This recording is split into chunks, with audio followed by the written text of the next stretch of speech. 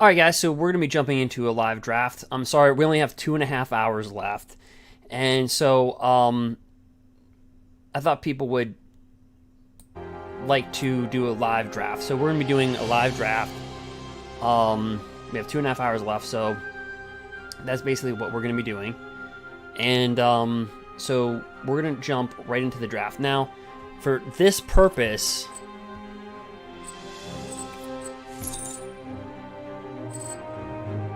you see right here, I have to kind of pop that out for a second. We'll just leave you up with a card, and yeah, we'll just do.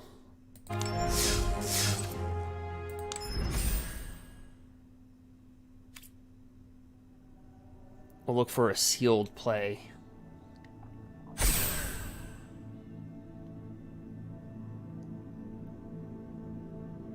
So we're just waiting on our opponents. And guys, I just have to cover everything up. So it's no big deal. We're just waiting for opponents. So this card right here, I don't think he's going to replace Heart of... I can't see him being played on our gruul deck. So we're just waiting for one more player to draft with, so we can play in the draft.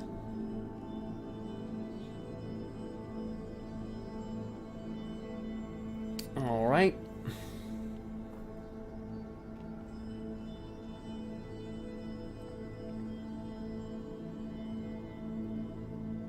So sometimes he's gonna take a little while.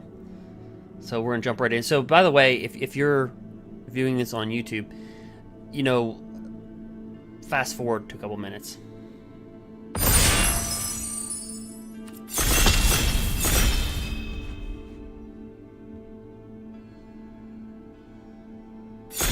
All right. So let's do this. All right, boom. We can get rid of the killed. Right here, okay. All right, and here's a view that we want. So, oh, we have Veto, Thorn of Dusk Rose. Whenever you gain life, our opponent loses that much life. We've had fun with him. You'd have to have a life gain deck for Veto. Yeah, let's pull him out of there, though.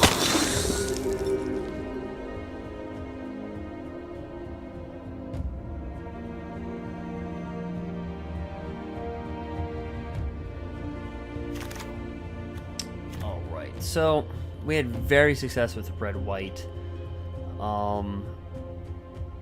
It's just hard to gain life in a draft around Veto. So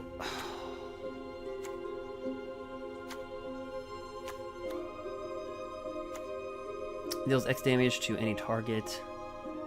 So let's go to...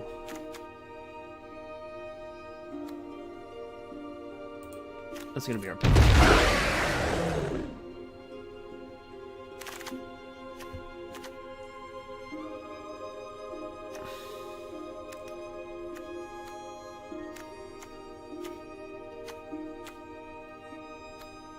Yeah, we're gonna go with that one. So right here, Champ usually gets +2/+2. It has attack and combat if able, but we did go 7 and 2 in our last draft. I think red-white's gonna be the best color, guys. I mean, or excuse me, green. I don't know. It's kind of tough to say. So we'll try to play this draft rather quickly, and then we'll do some sealed play. And then I think that'll be it. I think that'll sum up the early access event. So again, if you want to check, you know, all the videos will be available to you. If you want to check those out. So we're just waiting.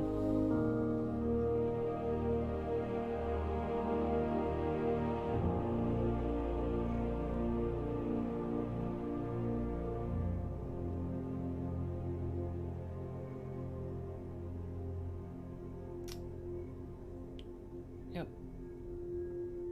So, yeah, guys, we're kind of at the mercy of the players here.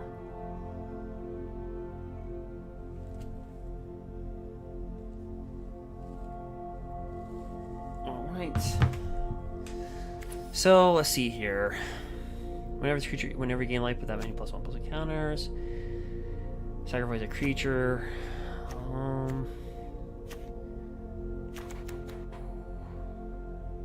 Destroy target tap creature. That's pretty good.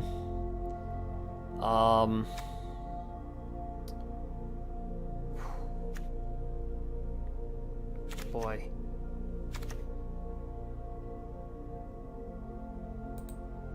We're gonna take that guy.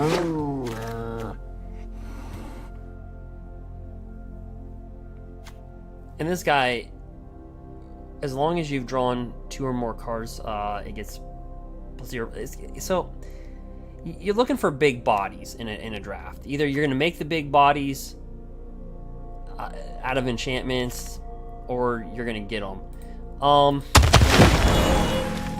So let's just see here.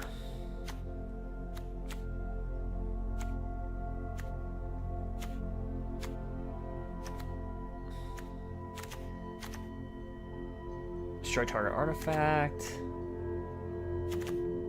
There's really not much we can grab.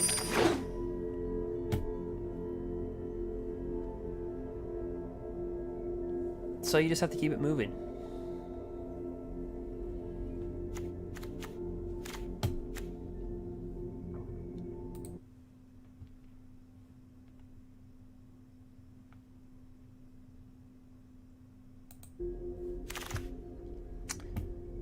Alright, so here's our choices right here. Here's a vigilance. There's some dogs. We've seen a lot of dogs too. So right here, whenever at the beginning of your end step, if a creature died this turn, put a +1/+1 counter.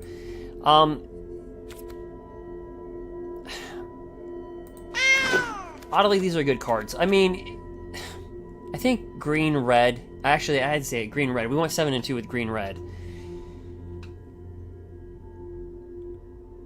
With sealed. So, I think when you're going to your draft, I think when you look at this, green-red, really good. Let's see here.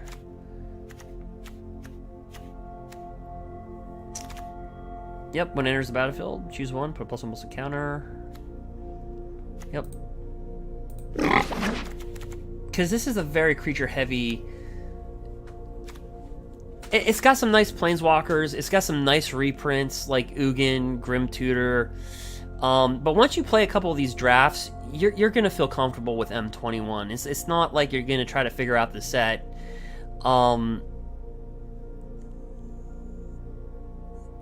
meta is gonna change a little bit. It's gonna open up the door for some decks. Certainly Esper control with that new Teferi Time Raveler. That's gonna be big.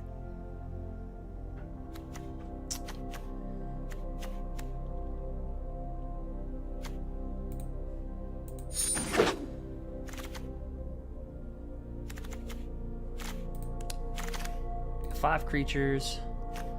Yep. You can make your boys big.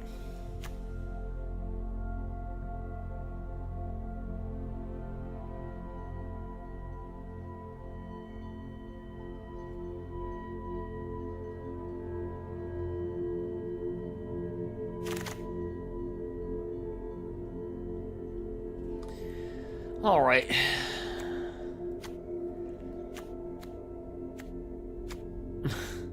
A 7/3 for a 5-dropper.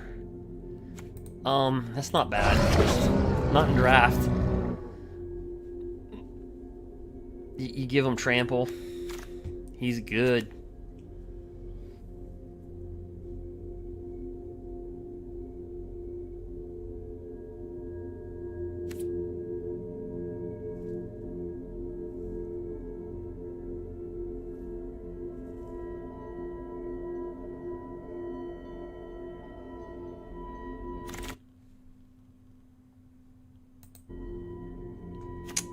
Nothing much here for us to take, so let's just take something out.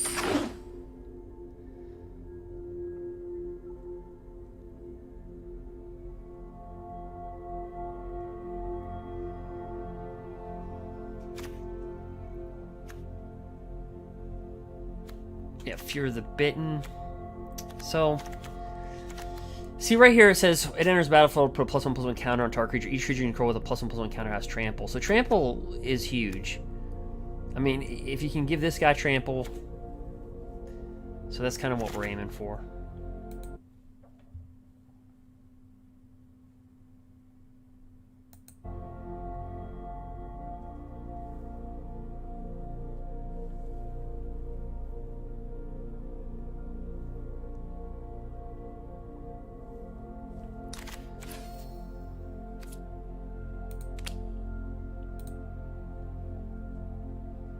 And it's a new set, so people are kind of, you know, getting used to it.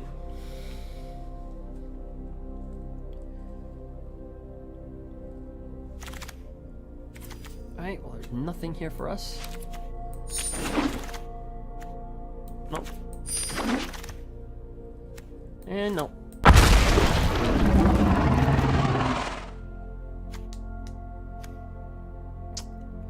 This is a really good card. So when Group's Uprising enters the battlefield, if you control a creature with 4 or greater, draw a card. Creatures you control have trample. When a creature with 4 or greater enters the battlefield, under control, draw a card. It's like everything that we want.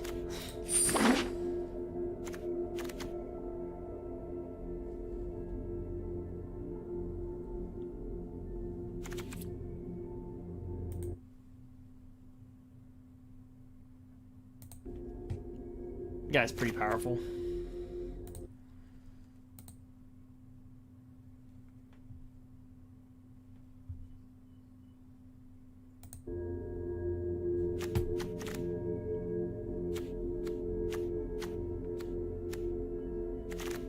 All right.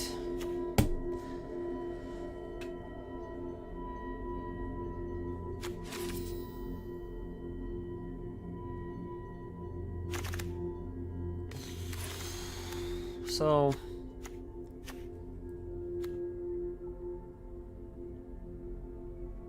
that's pretty big. We'll go for this guy.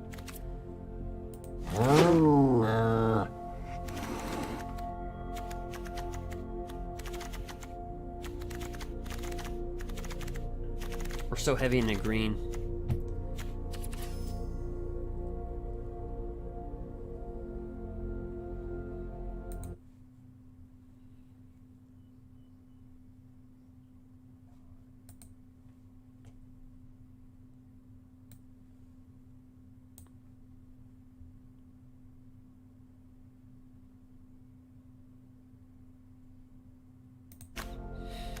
Alright, so this deals 5 damage to a creature or planeswalker for 3. That's pretty good. Permanent can lose indestructible.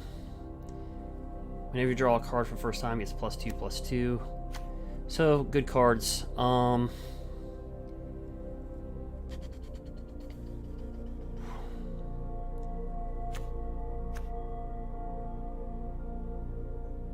I'll take that.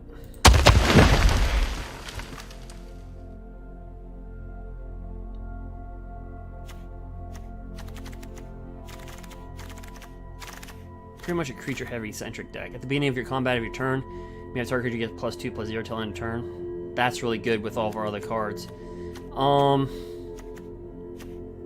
Yeah, I think that's the one we take. No rares. We have no rares.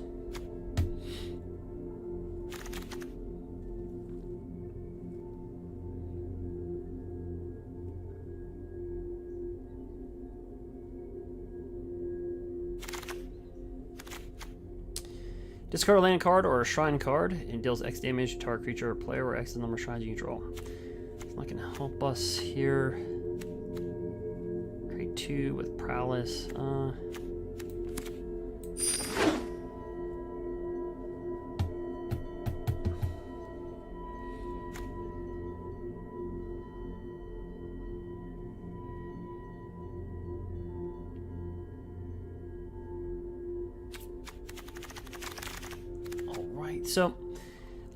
So this is, its power is equal to the number of instant or sorcery cards in your graveyard. When it enters the battlefield, discard up to 2 cards, then draw that many cards.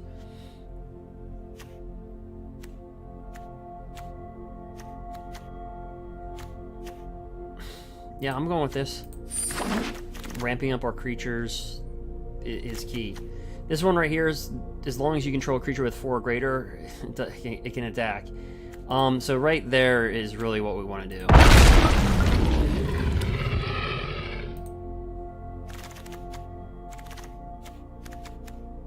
So we do have things to make our creatures bigger, stronger. We'll see how all that goes. At the beginning of your end step, if you control a creature with 4 or greater, exile the top card of your library. You may play that card. You can exile another card with Ferocious. I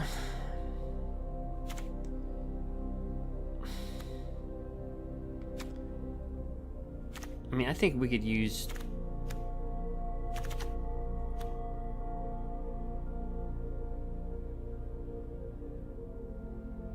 more of a 2-dropper. With these guys right here, we need more 2-droppers. Enchant creature, it can gain trample. Yeah, we'll take that. Need a little enchantment action there. Yeah, we'll take that.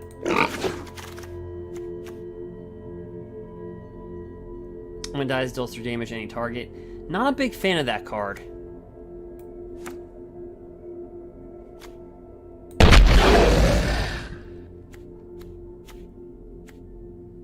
Gain 3 life. I mean, if we have to pick between... we have this card, this card. Let's just do that.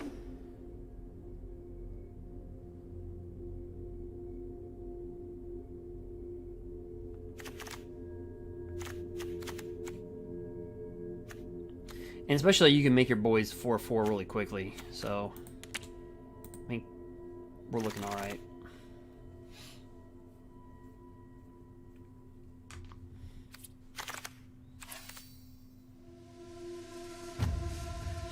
I'm not a fan of a card that draws itself out. Enters battlefield tapped.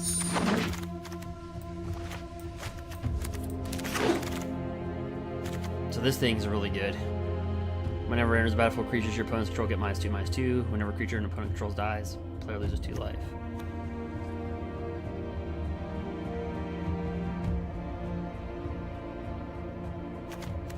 Whenever it attacks, if you control a creature with 4 or greater, it's +2/+2. Yeah, I think we need some removal.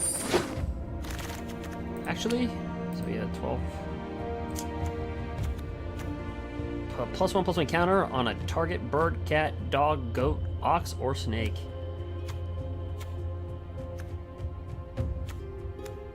Okay, this. Okay, I thought this was the other 5/5. All right. There's really nothing here for us. There's really nothing here for us. Whenever a source you control deals non-combat damage to an opponent, it gets +1/+0 and gains double strike. So they deal non-combat damage.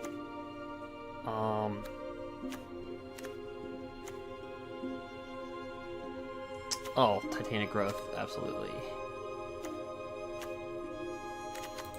Alright, so we have enough ramp to build up our creatures. I think maybe we have a little bit too much, actually.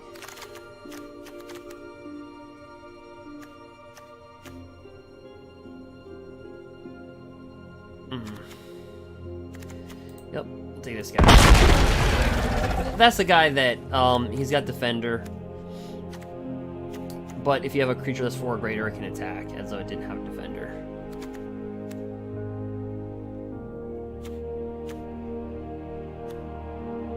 Target creature gets +3 in first strike until end of turn. Alright, we'll take it.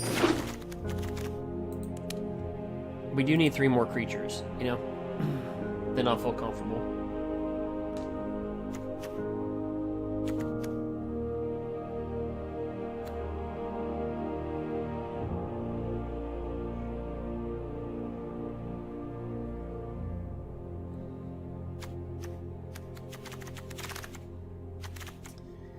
Permanents you control gain hexproof and indestructible until end of turn. That's mighty fine.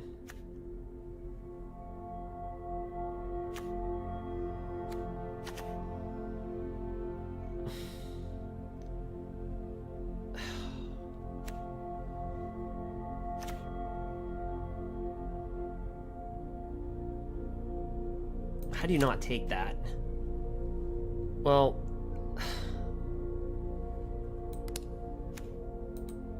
actually, I want this guy. Oops, oh, they took it for us. Heroic Intervention. Okay, so when it enters the battlefield with plus X counters on it, when one or more counters are put onto non-Hydra creature you control, put +1/+1 on this.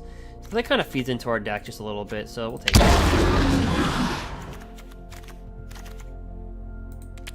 And I'm happy right at 16 creatures. We need to be right at 16, and I think we're fine.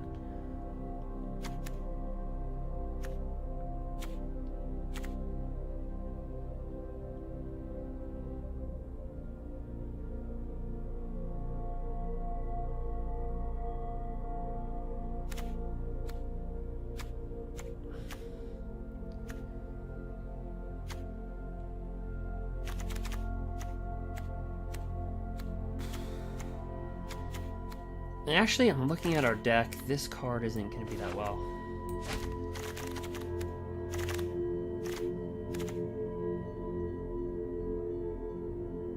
Put +1/+1 counter on target creature you control, then double those counters.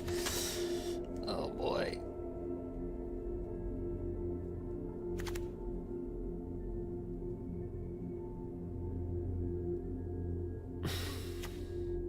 Yeah, we gotta take a creature. Yep, taking that creature. So, okay, so I'm taking these pretty quickly because we played in a few drafts. We're kind of way ahead of everybody here. The whole point is your guys can get a lot bigger. So, notice, so whenever this dinosaur attacks, if you control a creature with 4 or greater, it gets +2/+2 until end of turn. Right? At the beginning of your combat, of your turn, you may have target creature get +2/+0 until end of turn. So it's just feeding into the theme of getting your creatures pretty big. So, again, I don't like creatures you control gain trample to end of turn. I don't like cards and then draw a card. I don't like cards that draw each other out.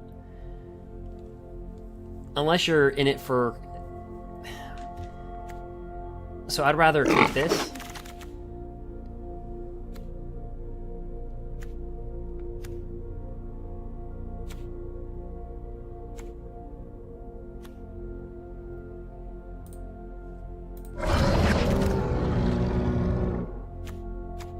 You know, and then you just kind of I know I'm picking things pretty quickly.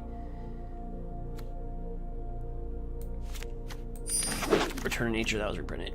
Okay, cool. So I think we're gonna walk away with a lot of the cards. Let's see here.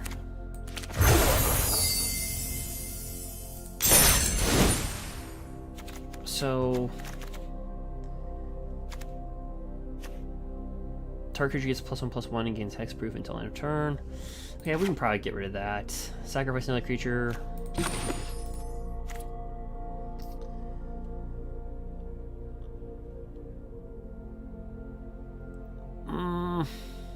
Probably get rid of that. Keep that. Keep those. Keep that. We don't need a bunch of those.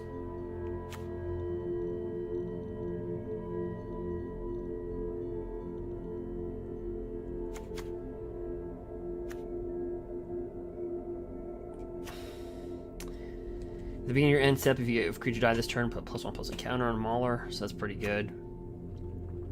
We have our 7/3s. As long as you've drawn 2 or more cards this turn, it gets +0/+2 and has vigilance. So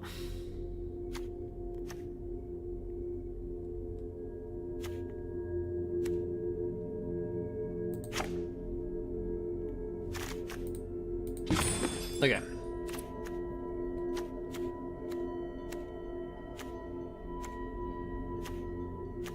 Alright, so we have some nice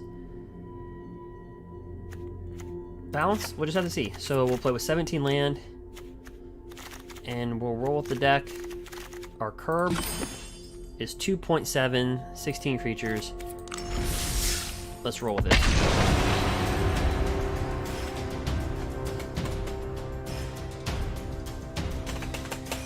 So yeah, guys, I hope you're having a good day. See what we can do.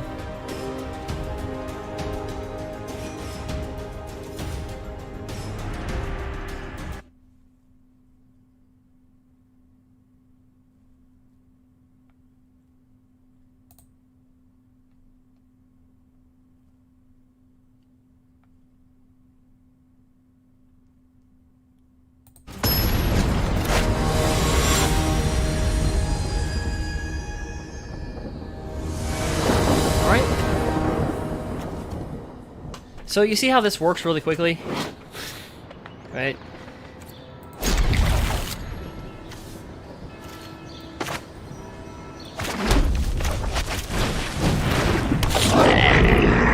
As long as you control a creature with 4 or greater, you can actually give this.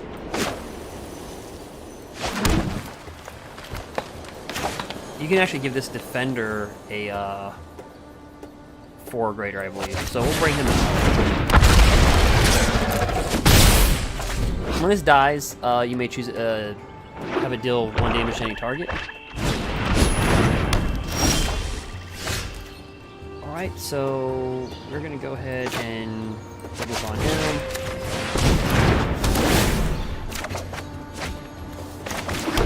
Now he is a creature that's 4 greater, so he's got trample also. So we're gonna slide right up in there. As long as you control a creature with 4 greater, this can attack as though it didn't have. So watch, we're just gonna load this boy up.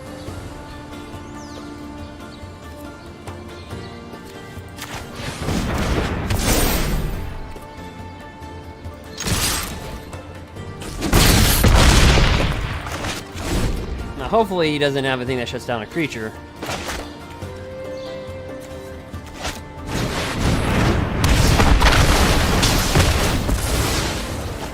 Probably do 1 damage to him. Yep. 3 life, draw a card. So let's say at the beginning of your end step, if you gain 3 more life, create 2/2. Okay. Yeah, so let's bring this out.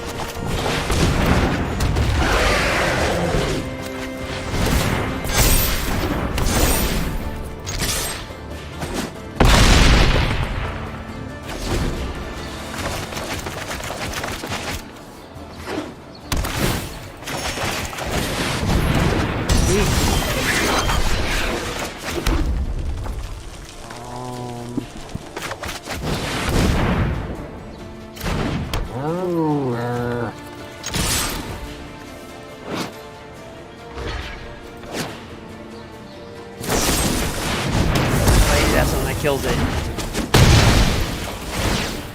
since that died, this gets a +1/+1 counter. So you see how that kind of works?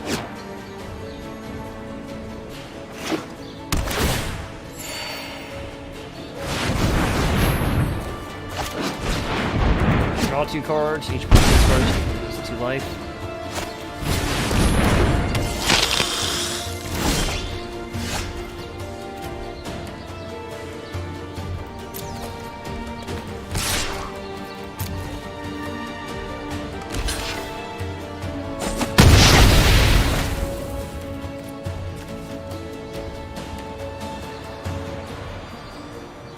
Why? Like, it's a 5/5.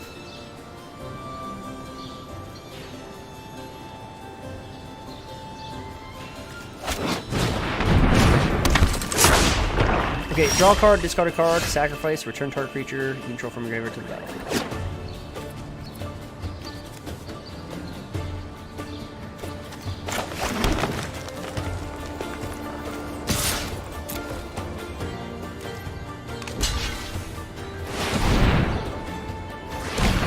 Who knows what this person has? Oh, they're gonna draw a card. They're gonna draw more than 1 card.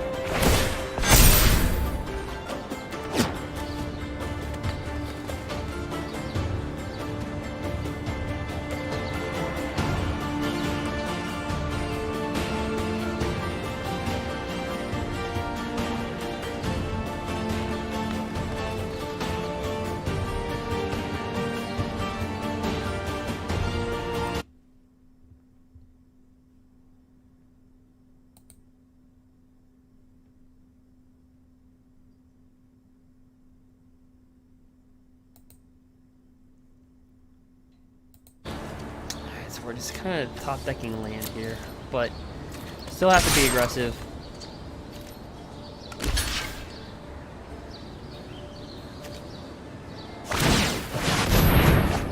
Draw a card for each. It says draw a card for each color among permanents you control.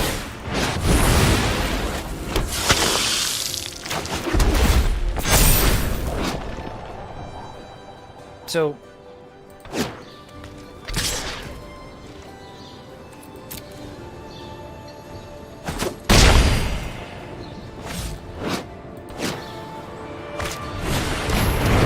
yeah, this card is a wrecker.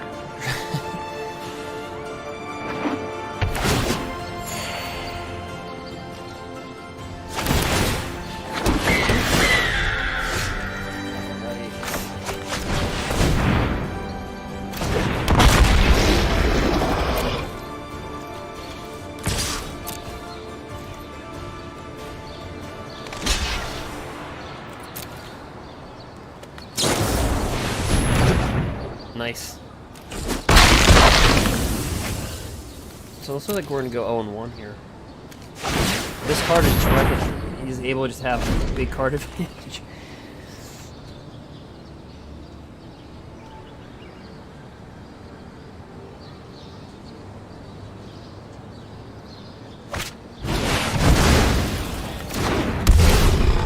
Is this sacrifice a creature? Oh yeah, I'm behind.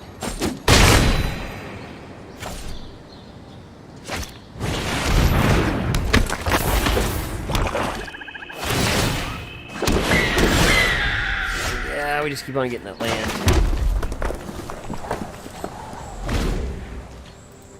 Good game.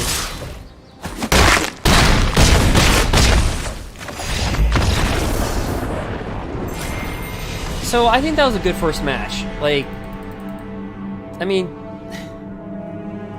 that artifact was really good. Let's play it up again.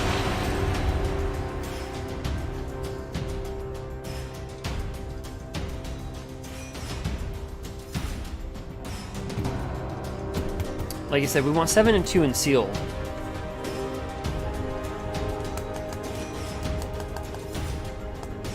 Our draft. Well, right now we're 0-1. Start off really good. Like I said, that one, he was able to get out of that one artifact where you can draw a card, you can add 5 mana, and you can draw cards equal to the number of color permanents you have. So he was able to draw like 3 cards a turn.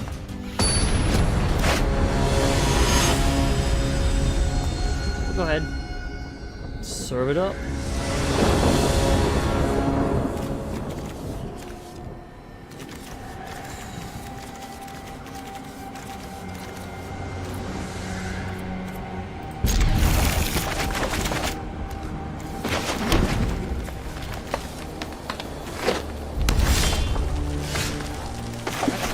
So we just need a creature to attack all this stuff too.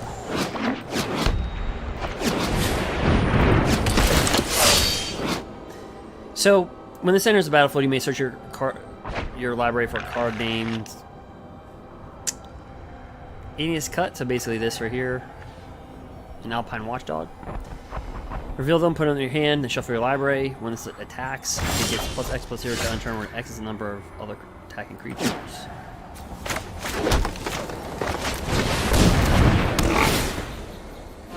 So we're gonna give this a +1.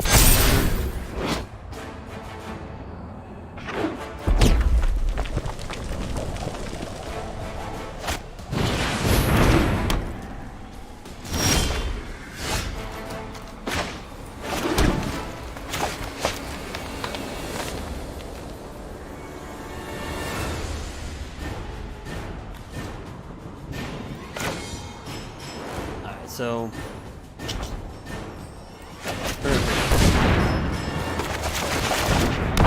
and again, you know, here, 3/3, no dice.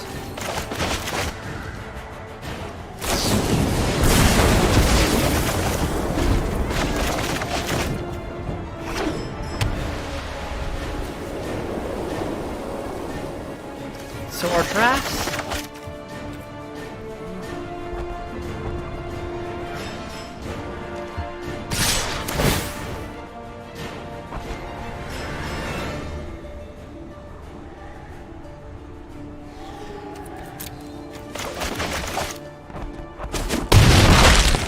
You gotta be careful with red. There's a lot of ramp up creatures. Okay, so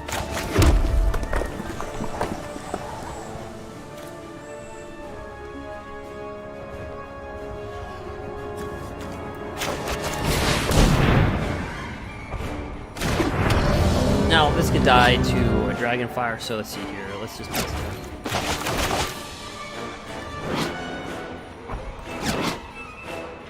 Their opponent right here has a 2/2 whenever it attacks. It gets plus X plus 0 or X number of other attacking creatures.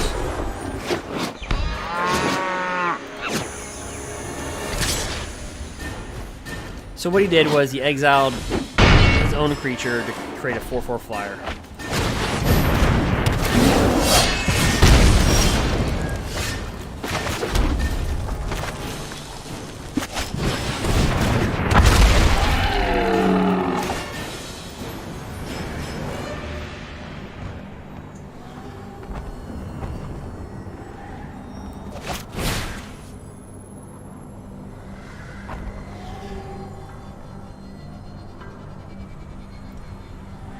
We don't have too many turns left.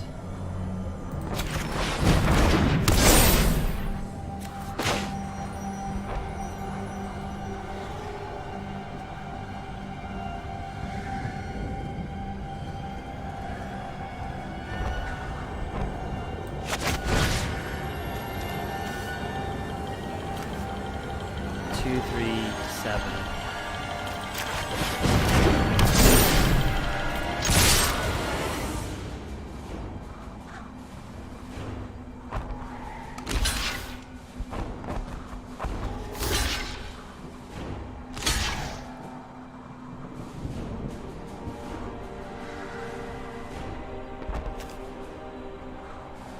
Yeah, we're on a time clock, so he's got a 4/4 flyer.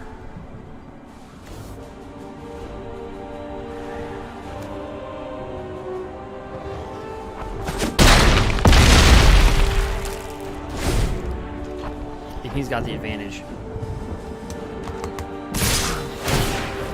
Yep.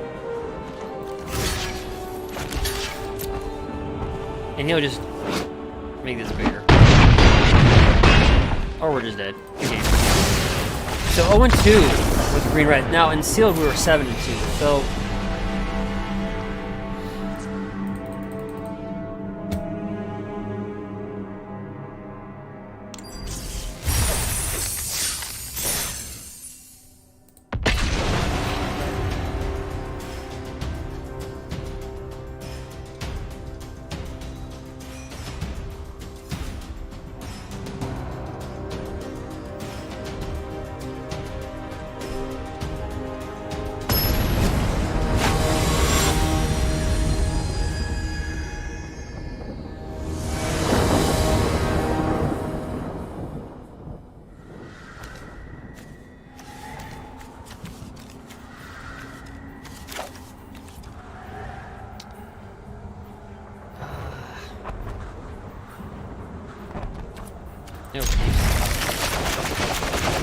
we might go 0-3 here.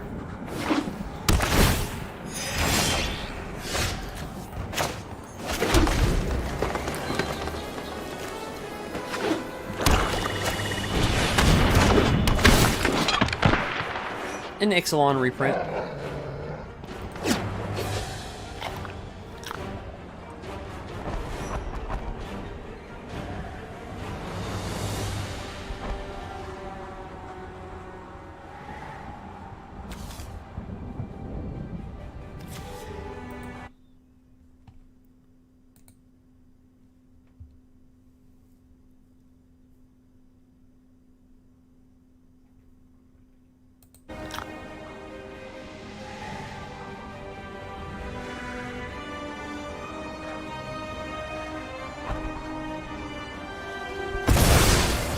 Takes Titanic growth.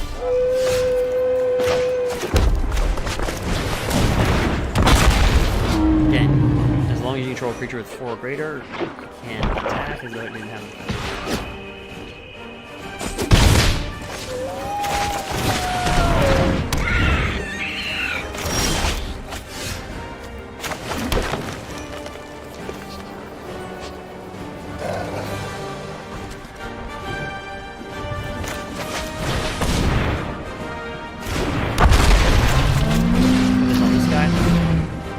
Be a 5/5, but he has attacked every turn.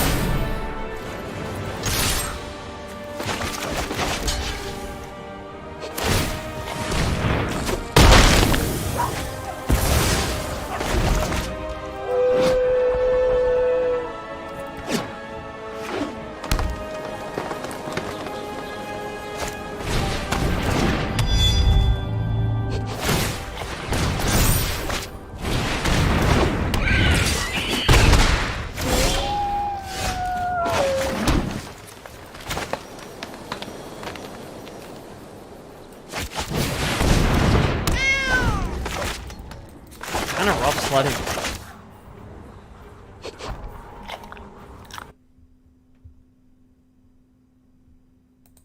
Real rough sledding.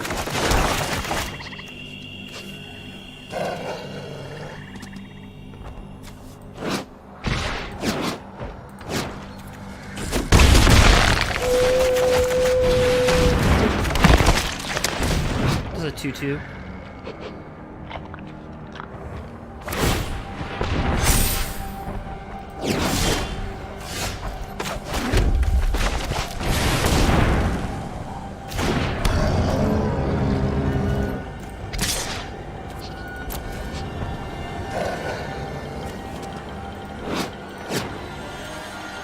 So again, this can attack if you have a creature 4 or greater.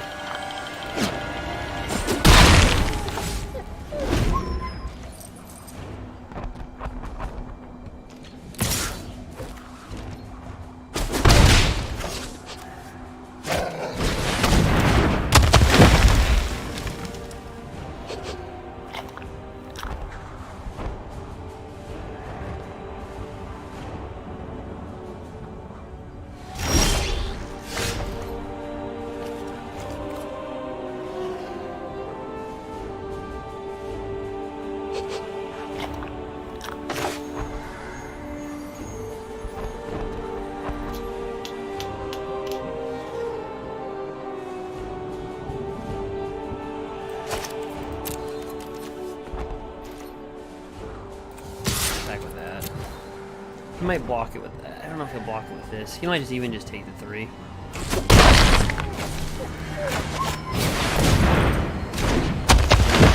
Whenever you draw a card, this gets +2/+2 until end of turn.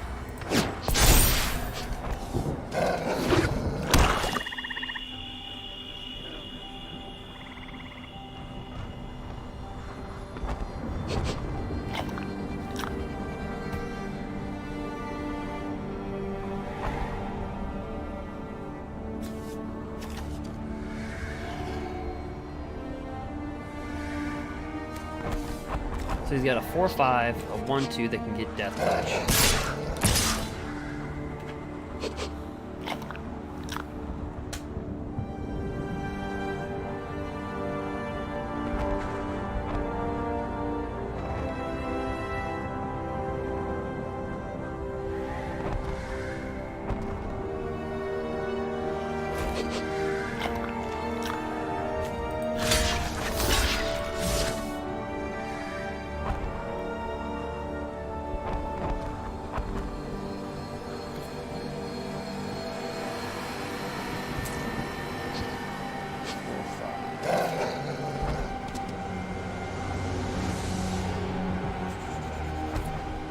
Yeah, we'll let it go.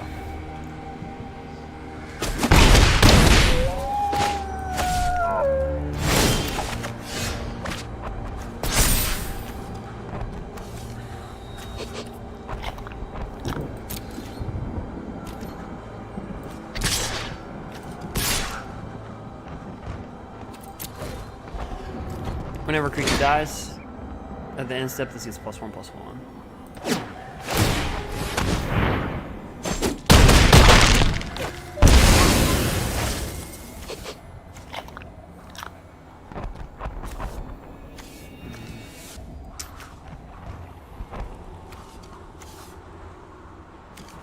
I'll bring it down.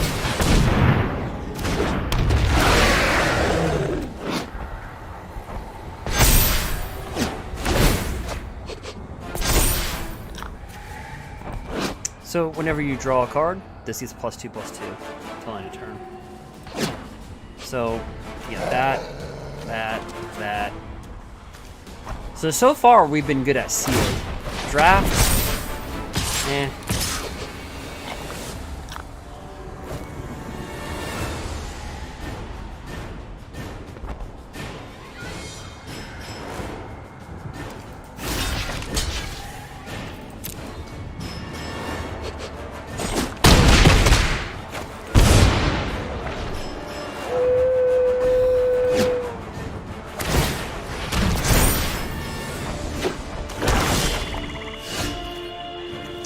So you can make your creatures bigger through this right here. So enchant creature gets +2/+2, and you can attack each turn table.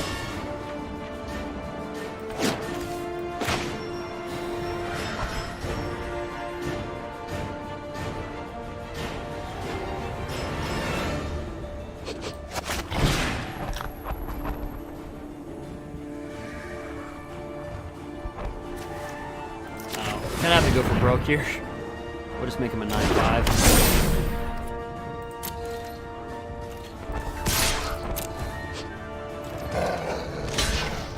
Does he have a thing that can add death touch counter on him? You can do that.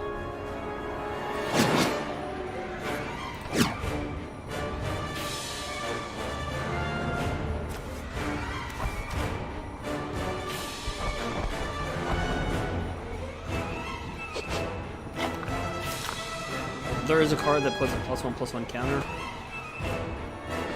and a death touch or lifelink.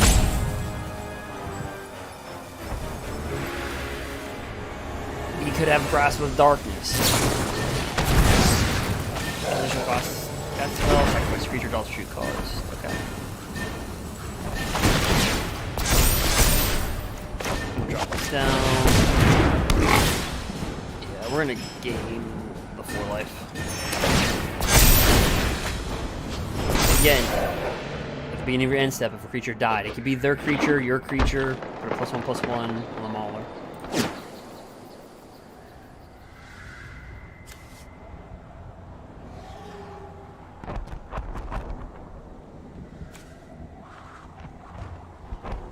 He's got 2 cards in hand. You can equip a creature, +1/+1.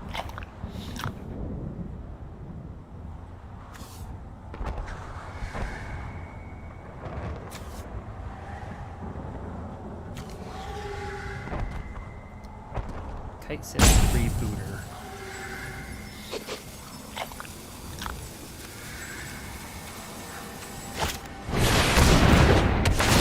Big guy.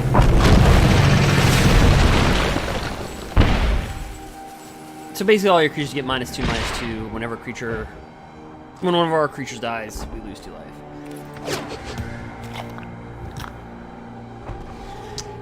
That is not a good situation.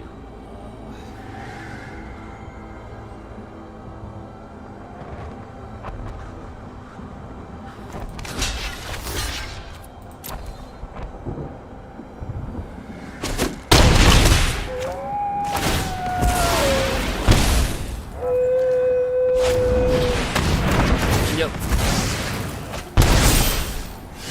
Well, this would be a good game. We'll go with we'll attack with our 11/7. We have to. So yeah, a creature gets +2/+2. M20 had a card like this called Maniacal Rage.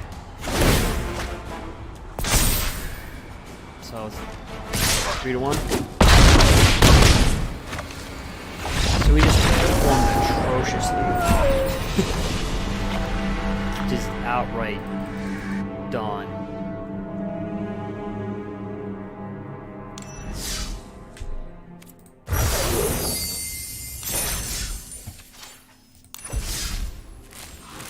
We'll just open up M21 really quick.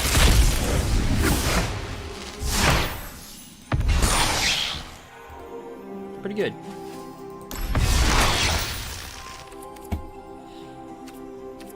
So we can enter back into the draft, so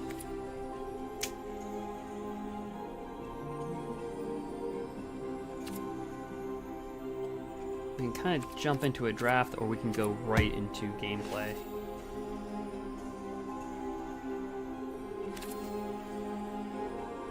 Let me see for a second. And again, I'm gonna have to lower this.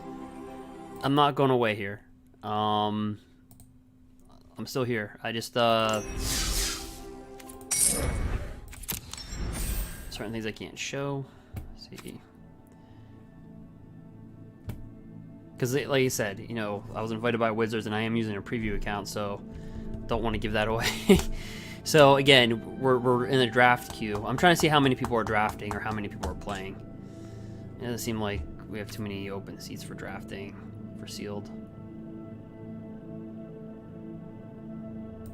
So okay, So what we're gonna come back to do is, oops, we'll get rid of the Keld. Okay. We'll go back home. So there's really not many people drafting.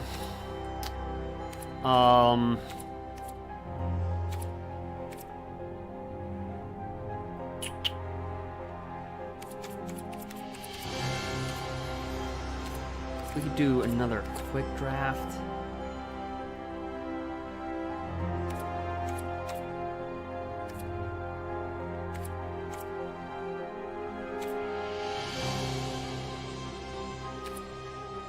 Let's see.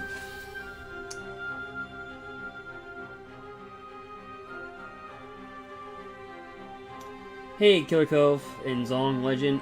It comes out for everybody. There's going to be a delay. So if you go on today on MTG Arena, there's going to be a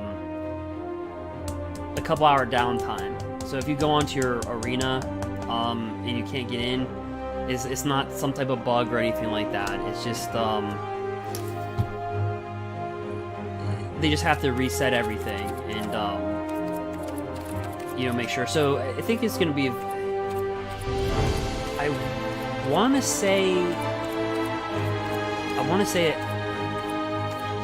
like 11 a.m. Eastern Standard Time. That's what I want to say. So we have two choices. Nobody's playing in the Premier. Nobody's playing in the Sealed. So we can draft it up, or we can just go ahead and do some gameplay. What do you guys want to do?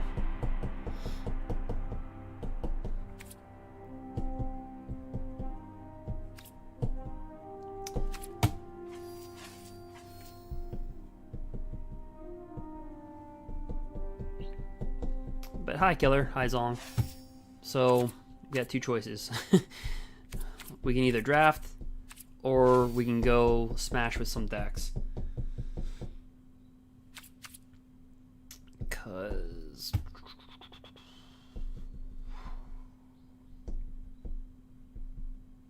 yeah, we could try a draft. Let me see if there's anybody in the draft queue. So this will take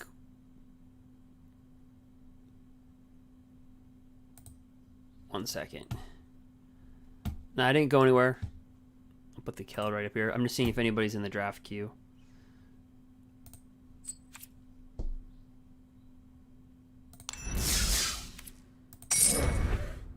Just certain things I can't show again. Oops.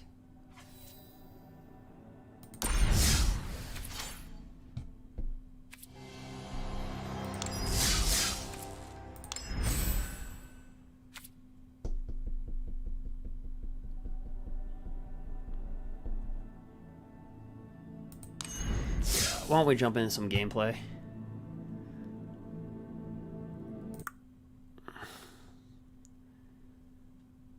Let's get this Keld off here.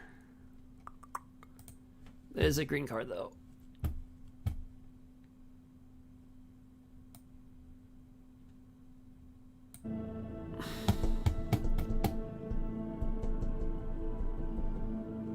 Yeah. So we'll just fire it up. Here's a deck that we had some success with. Here's this right here. So this deck, let me give you this view. Let's get rid of all that. So right here, so this is kind of weird, right? So this is a rogue, and so whenever it enters the battlefield or another rogue you control, an opponent mills 2 cards, right? As long as an opponent has 8 or more cards in their graveyard, it gets +2/+1 and has Death Touch. So basically it becomes a 3/2. So this is a rogue right here that, let me try to bump this up. Now it's gonna look weird on the surface. It's a rogue. Pay 3 life, flip a coin. If you win the flip, you gain 6 life. Whenever you gain life, target opponent loses that much life. So this has worked Pretty good. Bloodthirsty Airlist. Whenever you gain life, put a +1/+1 counter. And then when you swing... So here's the thing. Whenever a creature you control with Death Touch attacks, each opponent loses 1 life, you gain 1 life. Whenever a creature you control with Death Touch deals a damage to a planeswalker, destroy that planeswalker. This has Death Touch. This can get Death Touch. This can get Death Touch. So it's very kind of synergistic. Watch, I'll show it. We'll play a match. Oops. Wrong deck.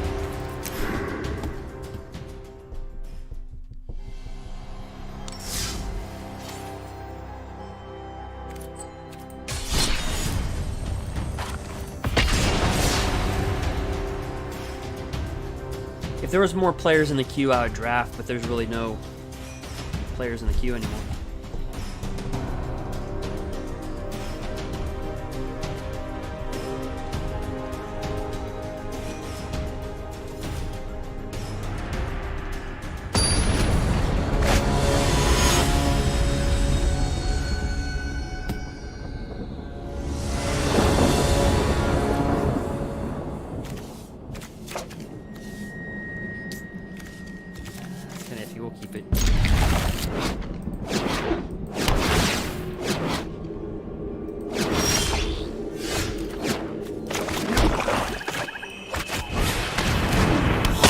Again, whenever a creature with Death Touch attacks, you gain 1 life, and your opponent loses 1 life.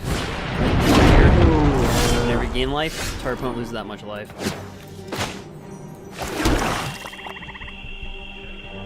Okay, so that's a reprint.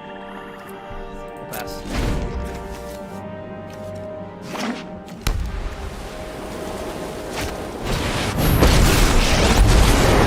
Ready? I'm ready. Let's do this. Hold on. I'm gonna try something new.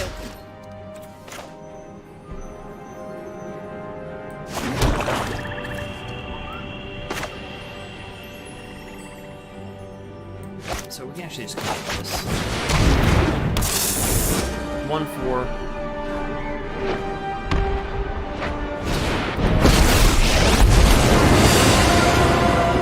I just really want to.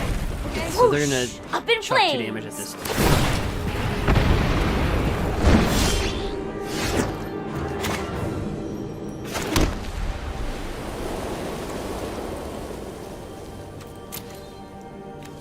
So we're gonna bring out Bloodthirsty Airlist. Gain life, put a +1/+1 counter. And again, after this match, I'll see if there's drafts available.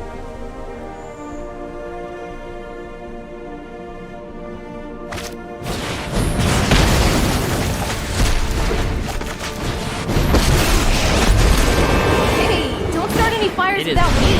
Say hi to my fiery friends. Oh, I just want to hug all those fire critters.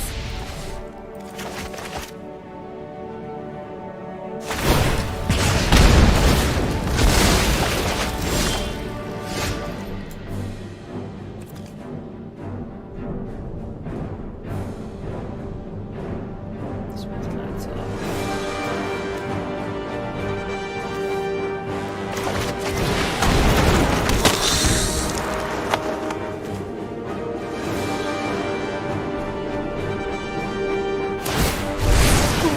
Hot. Okay, this card is a wrecker. So if a source you control would deal damage to a planeswalker or player, it deals triple the damage.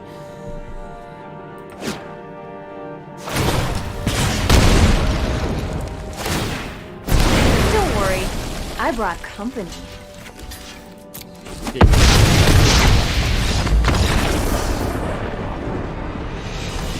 Alright, now we'll see if there's a draft.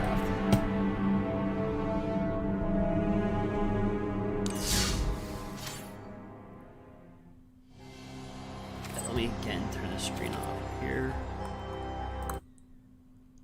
And again, we'll be right back. Let me see if there's any draft.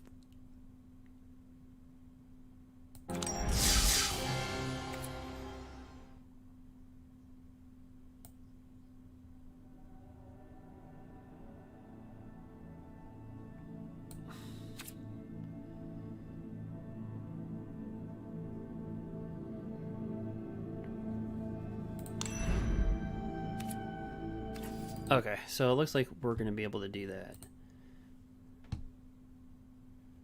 Let me take this guy off.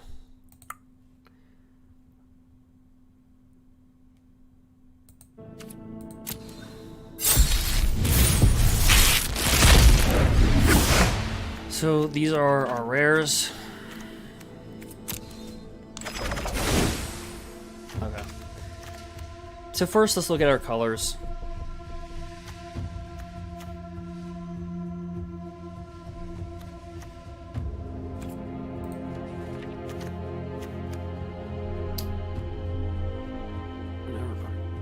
Two more creatures of those are attacking. Draw a card. It's pretty good.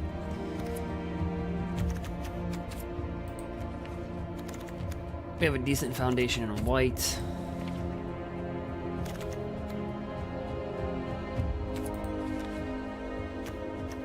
Blue.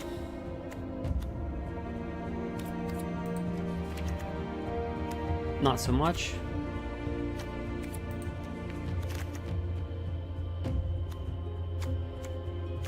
Tutor. Okay, so we have a lot of zombies. Other creatures get -1/-1. Okay, so I think what our strength is white and black. We have to see our red though.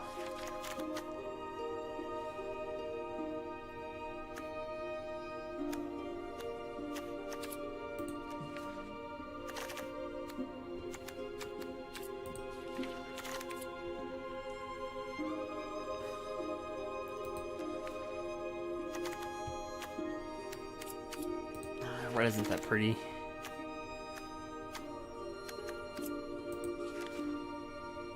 I don't even have much for green. Alright, so we're gonna have to jump. Black, white.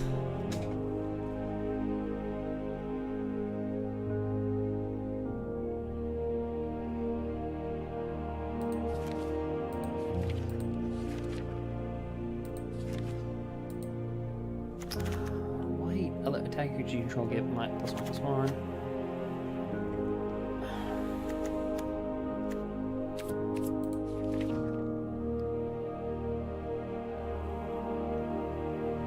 We're just looking at some high mana cost.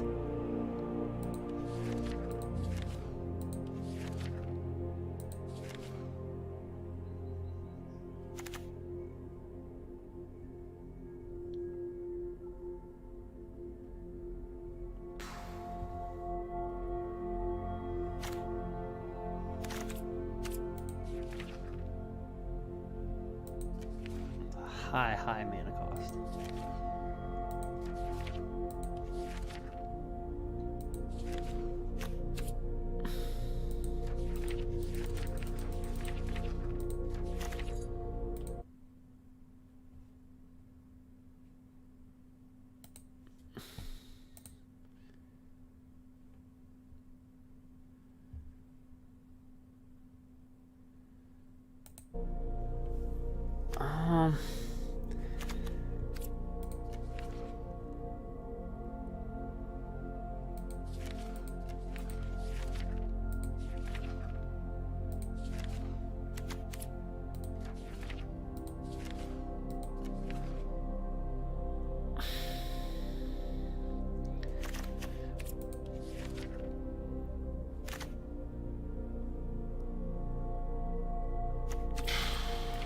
See, the problem with white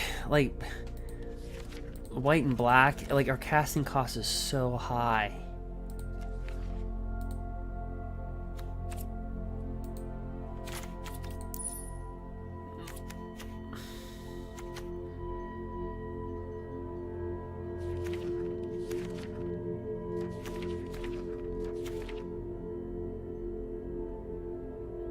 Like, you don't want to be in triple black.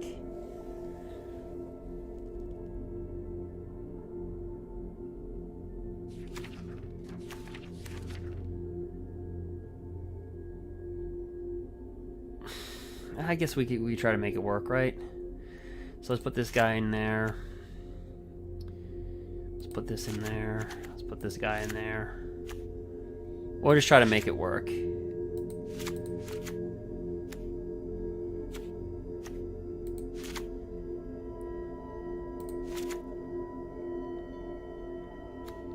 Whenever the center is battlefield, put a +1/+1 counter on each of up to 2 target creatures you control. Lifelink. Yeah, he fits. I just don't like being in... Okay, that's removal.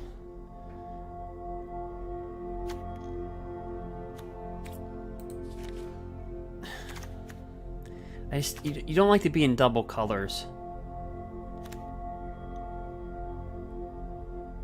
How many creatures do we have? Only 9.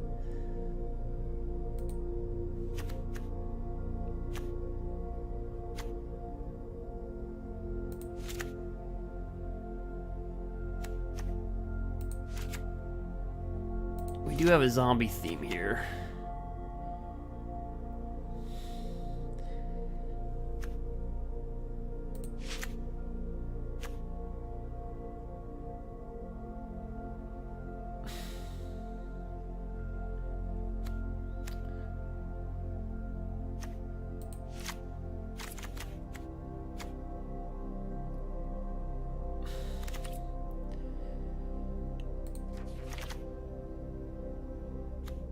I mean, there's good cards here. My worry is it's just we're such a high casting cost range.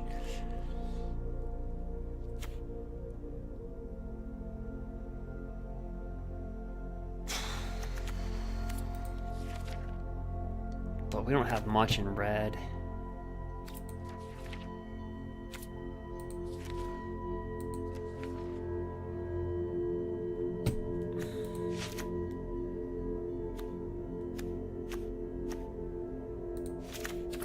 We are high on the curve scale. What are we? 2.9?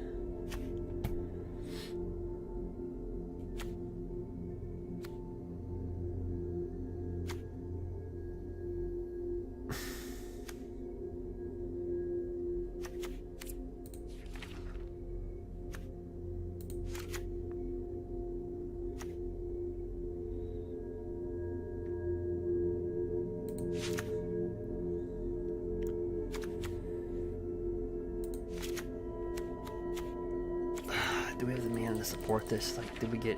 Oh, we got Fabled Passage, so that's a good one.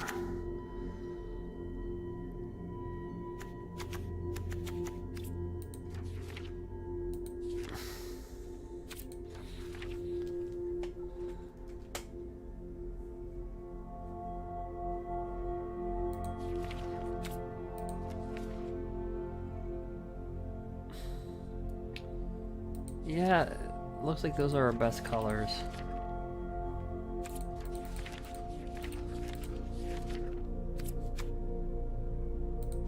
Add that guy in there. Actually, oh.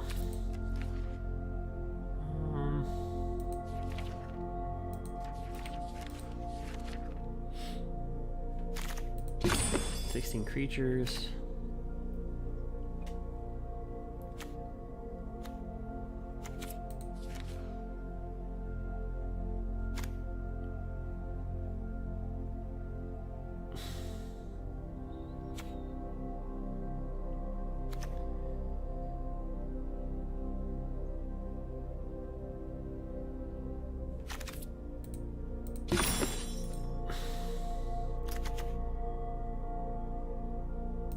We can try to run it like this. This is just too high.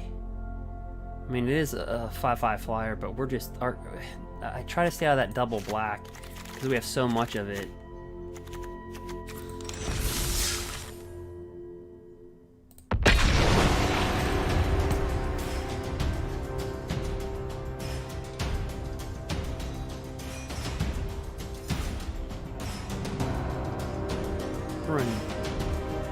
So we're gonna try white black and draft. Not my favorite colors, but we'll try it. We want 7 and 2 and this is sealed. I shouldn't say this is draft. We want 7 and 2 earlier. You can check that out in the previous video.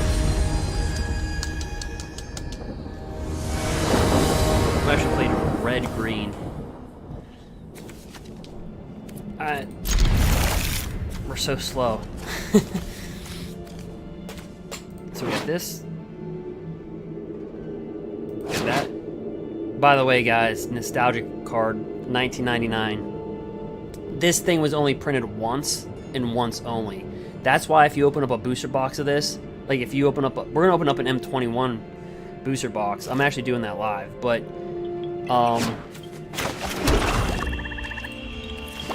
yeah, you pull this.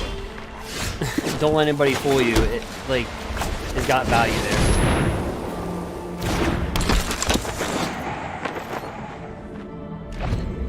This is the only reprint.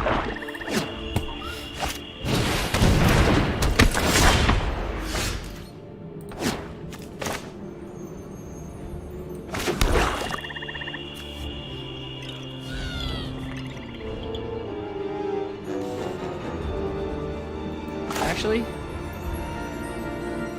yeah. You can search for a land, anything, right? But we want to look for this guy over here.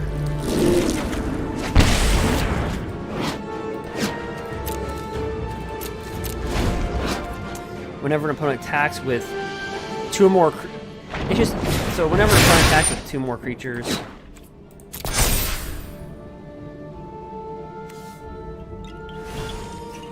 pay 3 life, coin if you win. Okay, we'll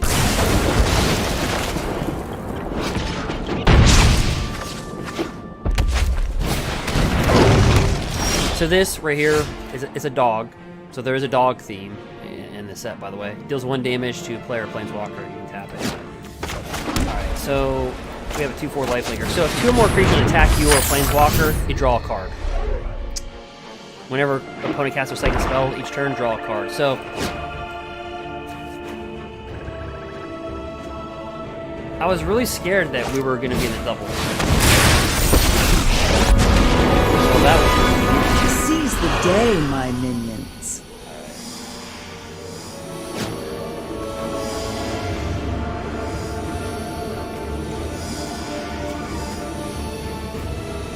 each one loses 2 life, activate the ability only if the creature dies this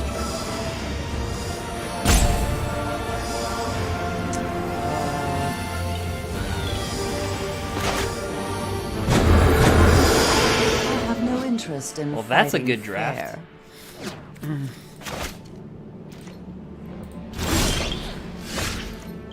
Actually, good sealed.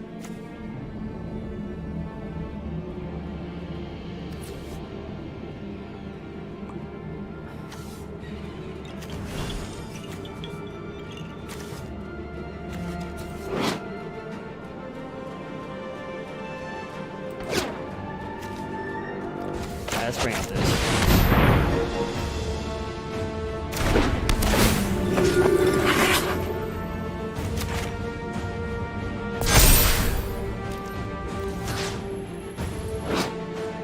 Lifelink.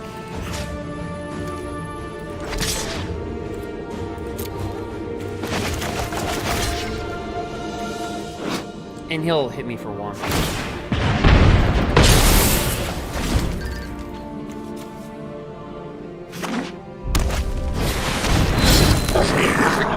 So this thing, whenever it's dealt damage, it deals that much damage to target opponent. It's indestructible, so it's just a big blocker, pretty much. You can scream if it hurts too much.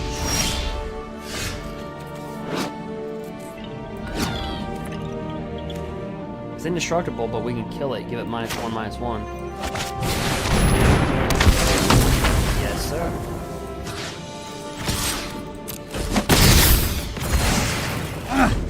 This was a wasted opportunity. I don't know how this deck will work if it works, but...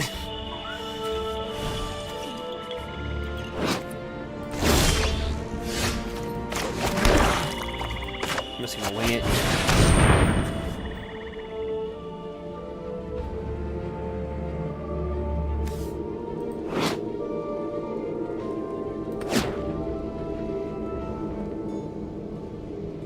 I'm just gonna wing it.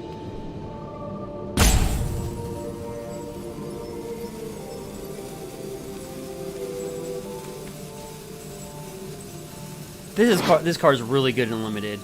I don't know if you'll see a lot of standard play, but it's I mean, it could. Now we can't bring this out because we'll kill our own creature.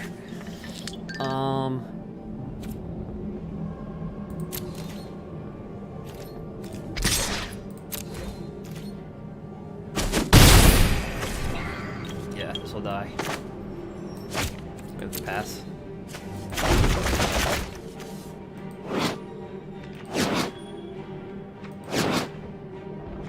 This is what they have.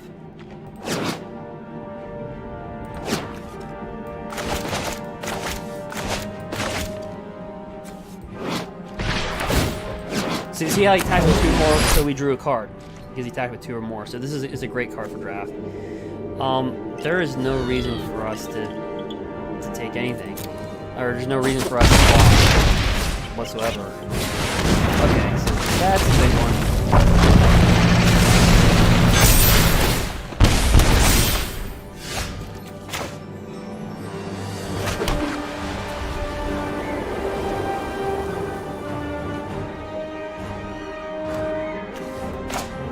So we have to bring this out first.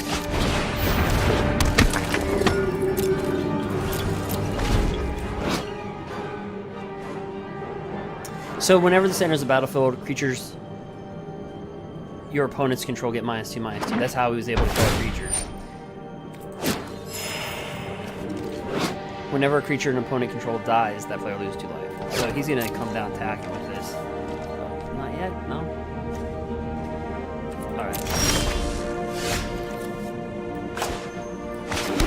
So I'm gonna drop it down.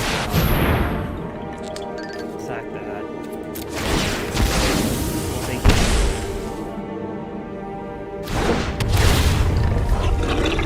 I'm just gotta sacrifice a creature.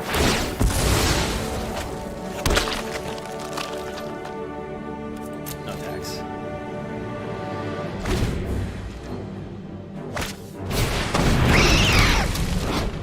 Alright, so this is an elemental wizard, or lizard. When a source you control deals non-combat damage to an opponent, it gets +1/+0 and double strike. So, just imagine, I guess the combo would be, you have this down, then you do this. Whenever a creature an opponent controls dies, that player loses 2 life. You'd activate this, and to get +1/+0, get double strike.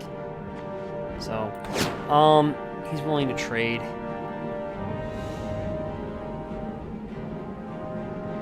Yeah.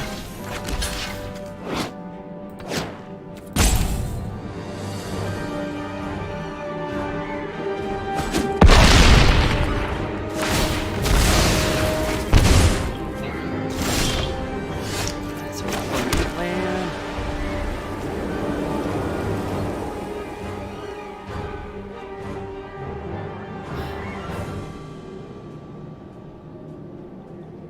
So he can deal 2, 3, 4 to this.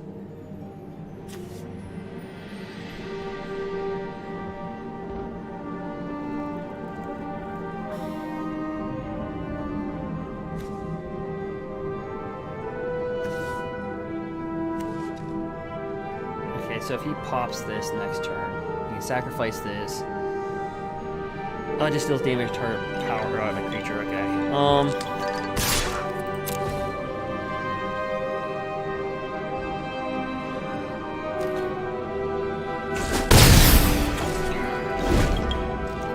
It's just his big body. So we'll draw a card.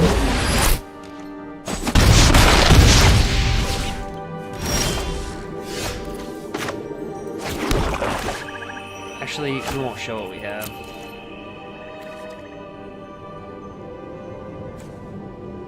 Yeah, so he's really good and limited so far.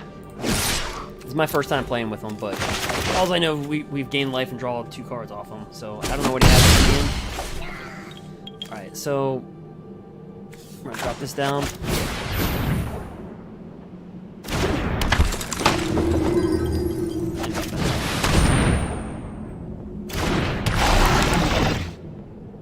So this one, you pay 5 and it gets +3/+3 until end turns out lifelink. Alright. we got him.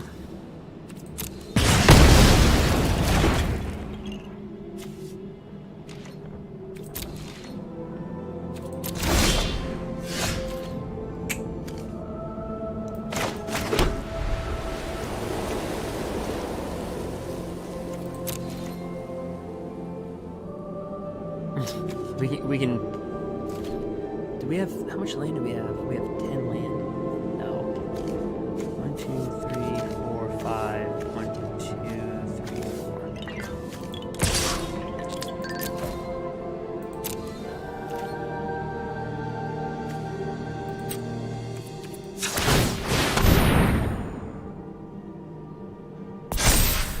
Wait, we can activate it twice.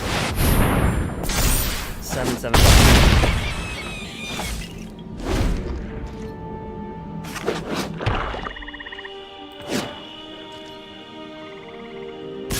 We're not winning pretty.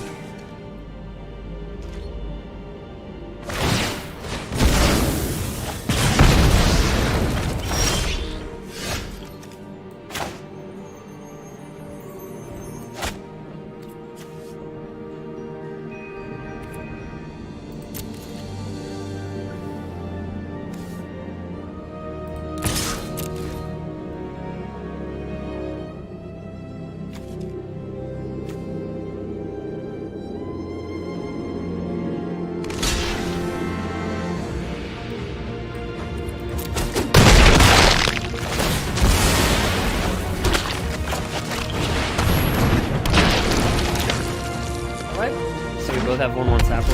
I don't know what he has in his hand. Return to our card from our battlefield. So, what do we want to get from our so we can return something from our graveyard to the battlefield. We can get this 5/5 flyer back, a lifelinker back. Here, before we do any of that.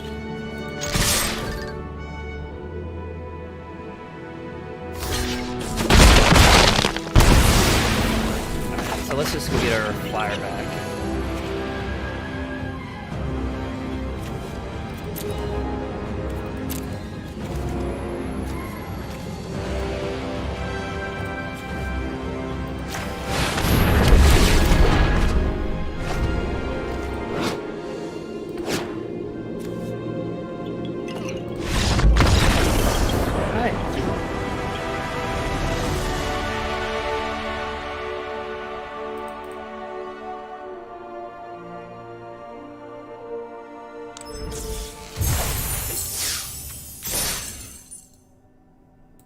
We have to go. We have to hurry up. By the way, the sealed matches, if you're gonna do sealed, they last a lot longer. Alright.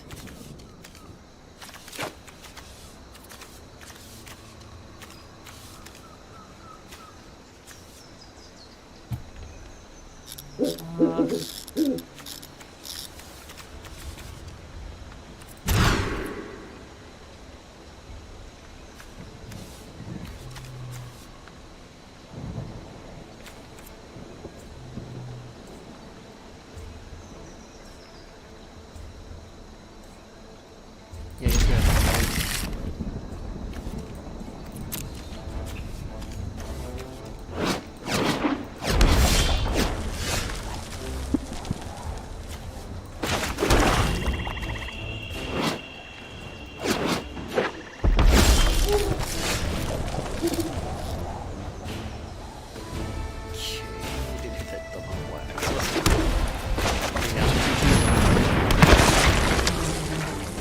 Basic 2/2.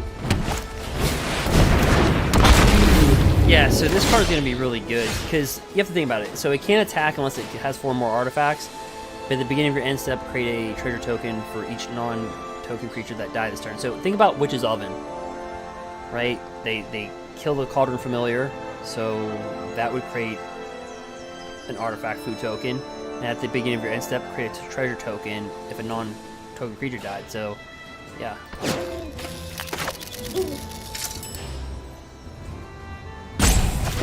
So he's got flying, so let's just do that.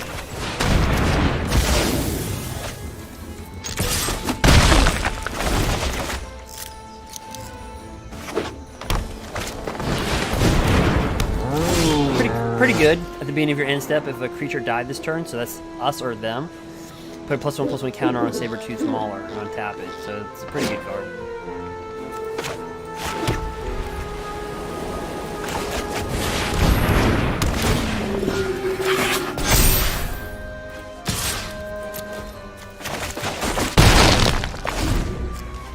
So when this enters the battlefield, you put a +1/+1 counter on up to 2 other creatures you control. I'm gonna block, so I'll just take it.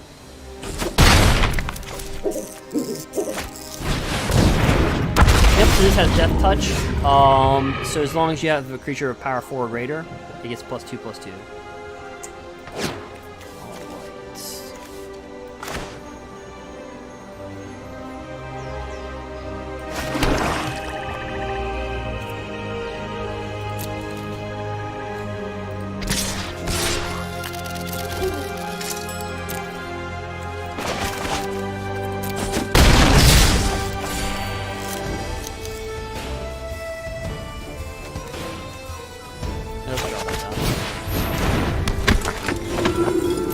We don't want to kill our own creatures there.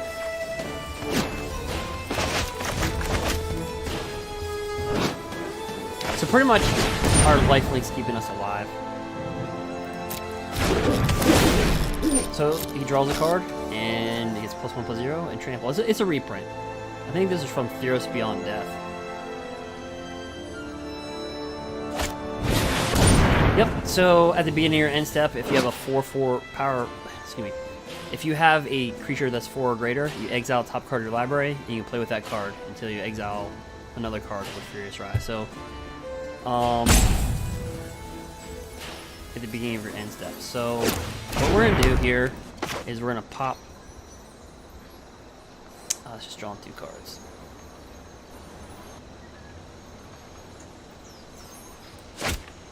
Nah.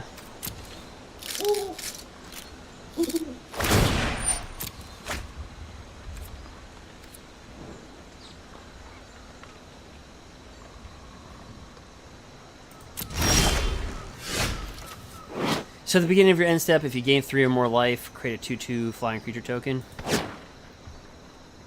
With our lifelinkers.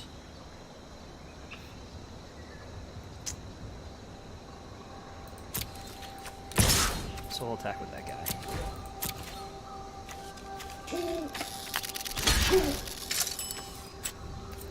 And bigger.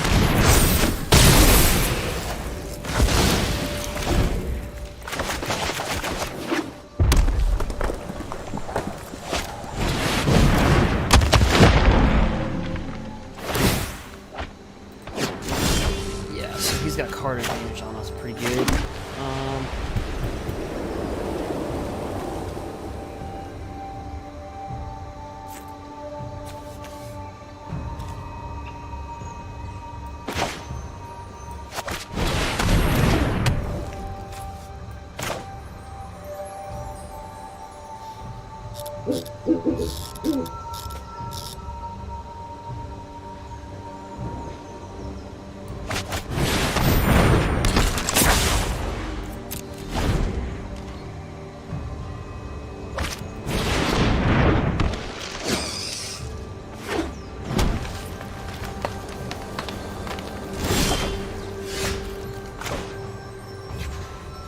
This guy right here, lifelinker.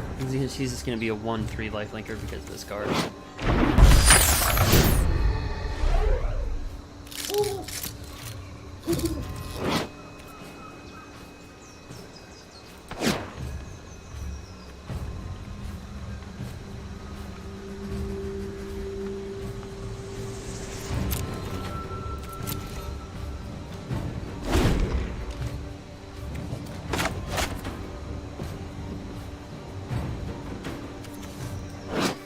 Again, if 2 more creatures attack you, you draw a card.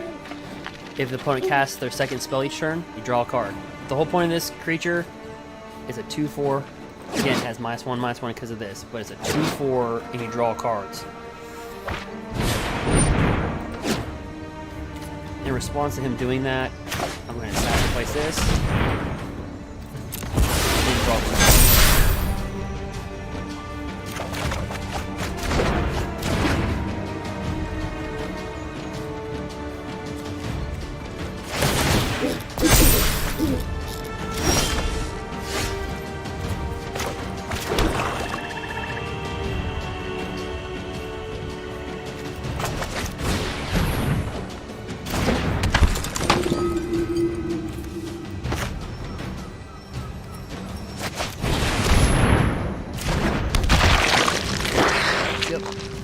none of us can really do anything because our creatures are too small.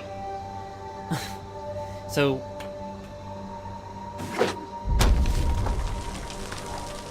a Grim Tutor, we could draw into there's outs, but he's got the advantage here because he's going to be able each turn to exile top cards out.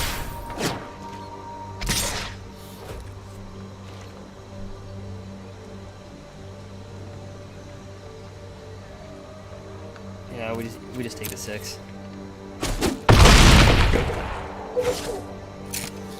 Like I said, green-red is what got us to 7 and 2. We're actually started 6 and 0. Now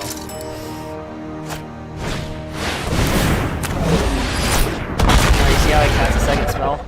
We drew a card because of this. Oops, what am I doing?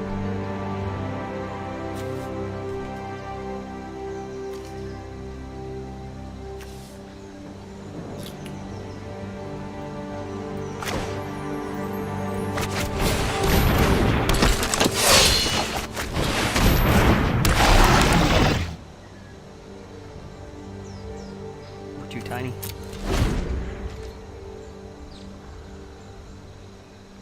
This guy right here, you can discard a card. In this tab is again indestructible. So again, you swing in the card.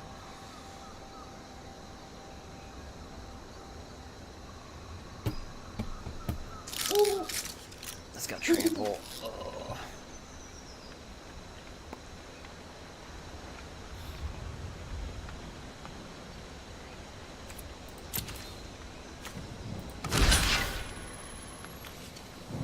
Okay, so even if we double block, he's just gonna deal something with 5 damage. Yeah, we're in a rough spot.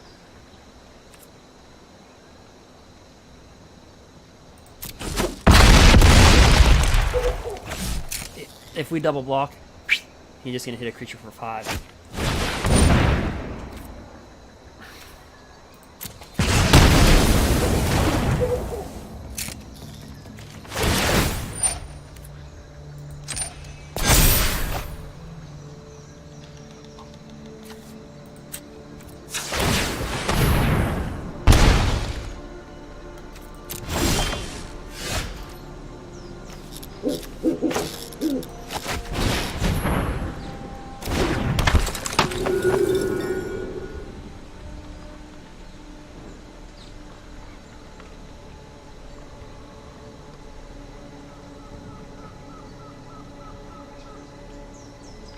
He's just got a lot of overcard. Like, he's just a lot bigger than us. So we do have some big creatures in here, but we only have 2 of them.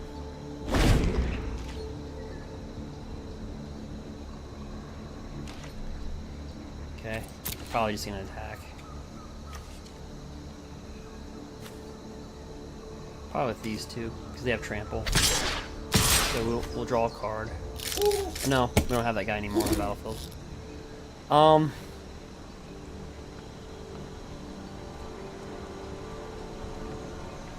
Oh, we have to block. So block him to him. We'll discard a card and give him indestructible.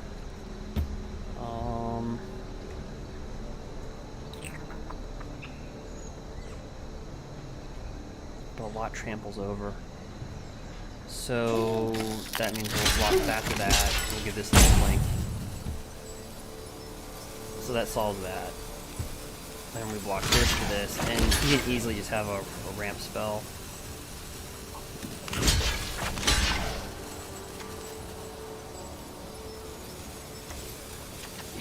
You know what, and let's just double down. I mean, there's a lot of ramp spells, so we're just gonna block it like that.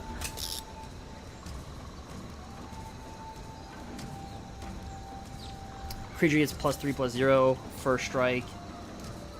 You can double a creature's power. There's a card. We actually won a lot of games with that. It's 1 red, 1 colorless. You double a creature's power. So that with trample, and it's only an uncommon, so he can have a lot in his hand. So we'll activate this. Yep, permanent control, gain indestructible and heproof. We'll activate him. Indestructible.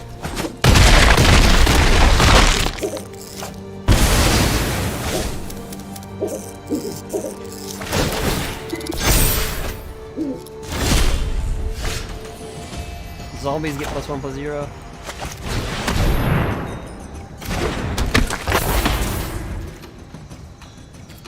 Yeah, we can't get out of this one. If you're drafting and you're looking for like default colors, again, we want 72 with red-green. I say not in draft, but sealed. If you're playing sealed, I would say the default color is red-green. Like if you just have no clue.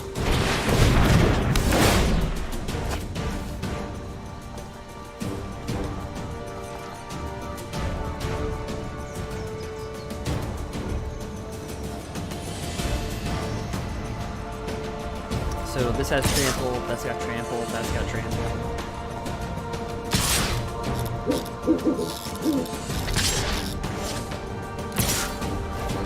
Yeah, and there's no way we can block 6, 11, 19. Our creatures are just too small. We can't block it. Like, watch. So one will go over that way.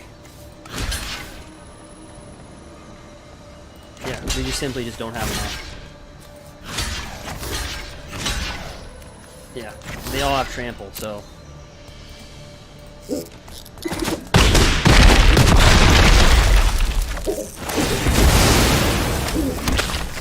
Oh, we're at 1. Oh, we gotta land. Alright.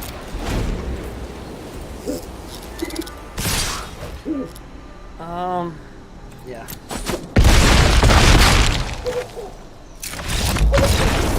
Alright, so we're 1 more. I'm just trying to move along as fast as I can. Alright.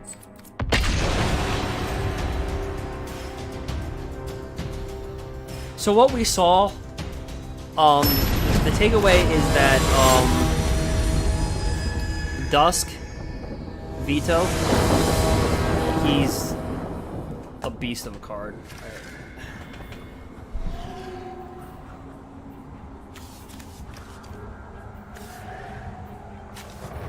Yeah, I'll take it.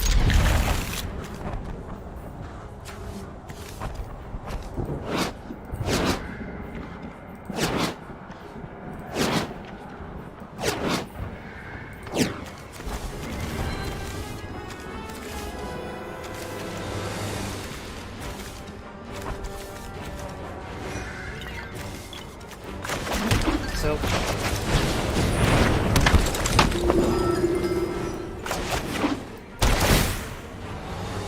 Temple Milady? Yeah, they reprinted stuff a lot of the Scrylands. Alright.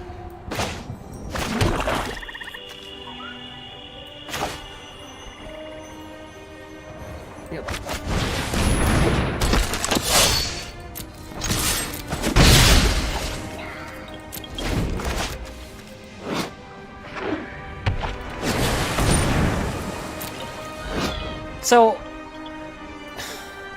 So you scry 3, then you reveal the top card of your library. If it's a creature or land card, draw a card. So if you're playing, say, red-green, basically you're going to get a creature or a land. I mean, now he's playing.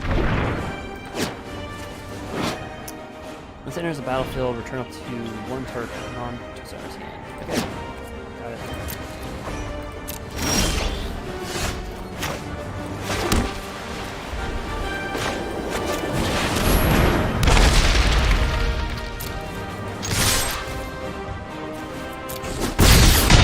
Tagging creatures you control get +1/+0.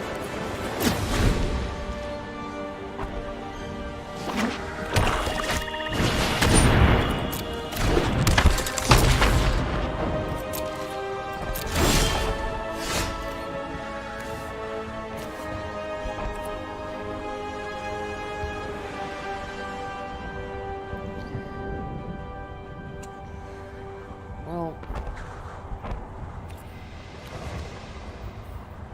he's not really going anywhere, so let's just attack this.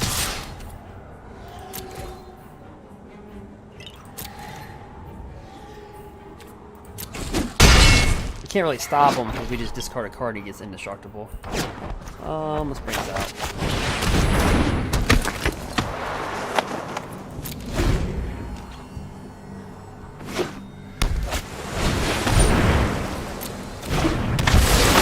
Let's kill that immediately.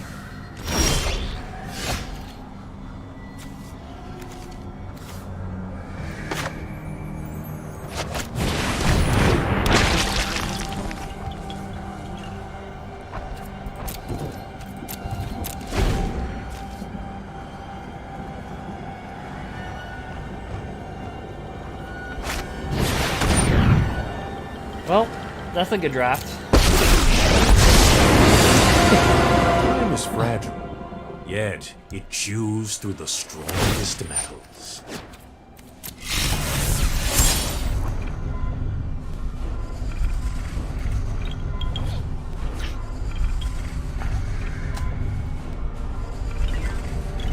He's gonna be really good, guys. And Esper control. So you know Elder Spell? It's a black card that you can. Let's see first.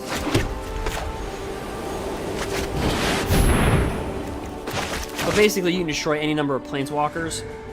You can destroy your own, and then what you can do for each planeswalker that's destroyed, put 2 loyalty counters on a planeswalker you control.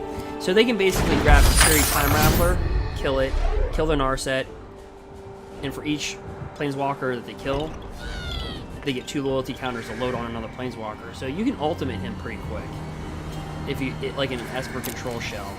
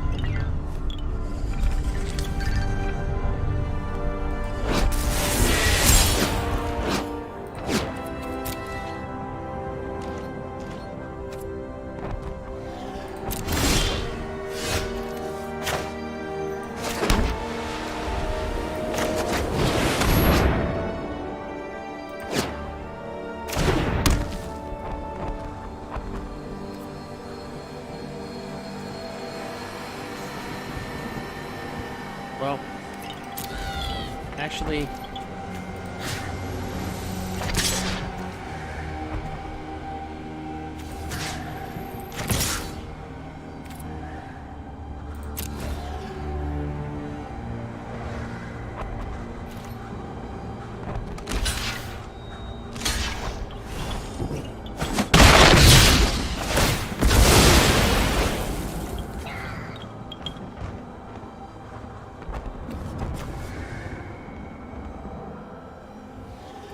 by the way, when something phases out, I don't know if you guys were around Magic the Gathering, but when something phases out, everything that's attached to it stays on it, and it technically doesn't leave the battlefield,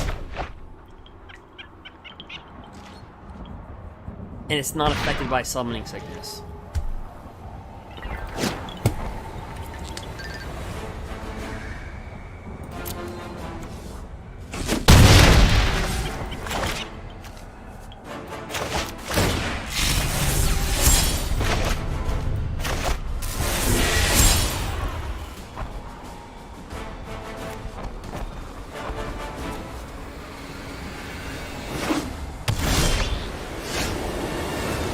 Don't have the name of ripping out a 5/5 flyer.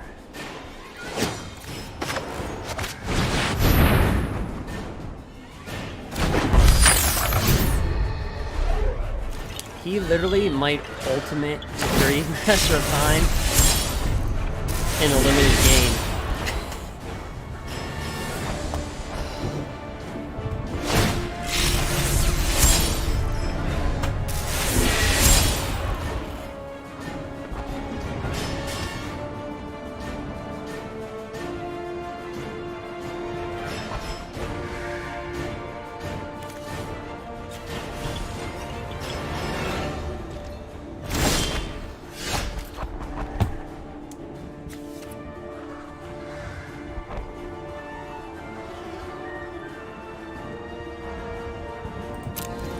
Sad part is there's nothing that we can do.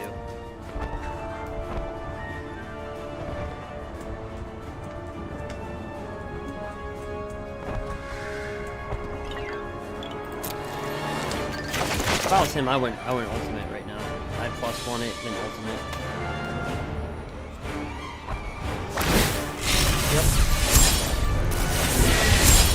So, you're about to see it happen.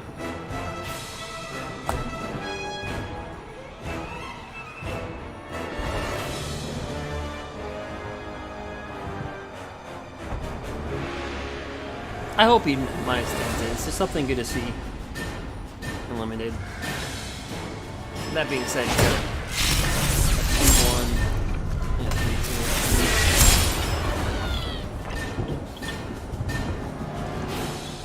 You got 16 cards left.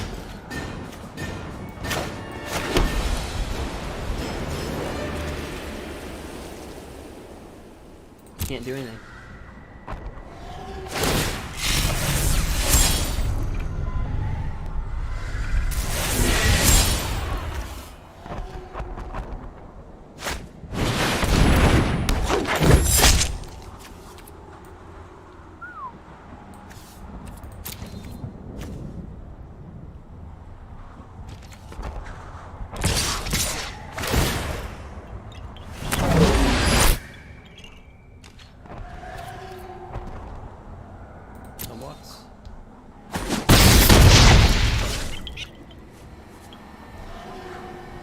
He can pretty much just minus 10 it. He can do whatever he wants.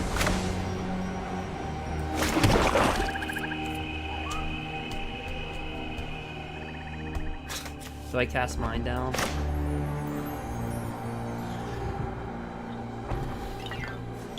Sure. Let's get rid of that.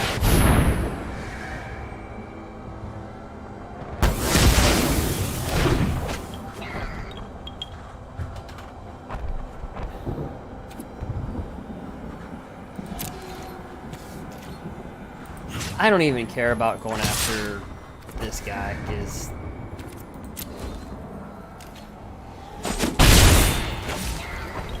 who really cares about that at this point?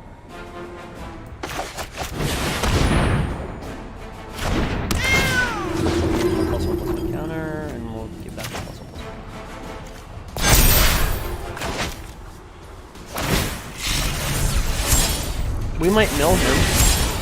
He's down to 12 cards.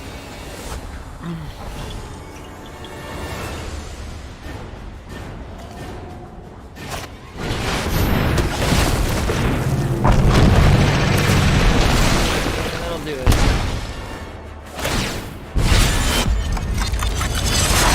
We could be here a while.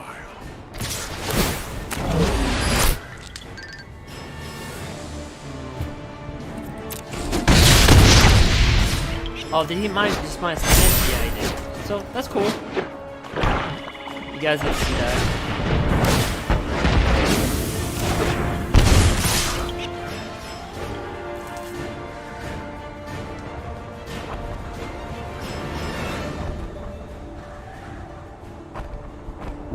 Oh, we can't take it.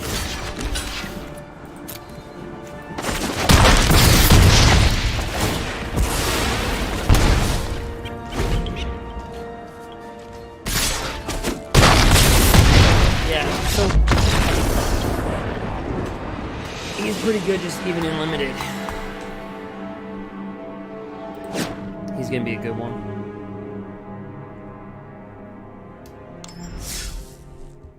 Well,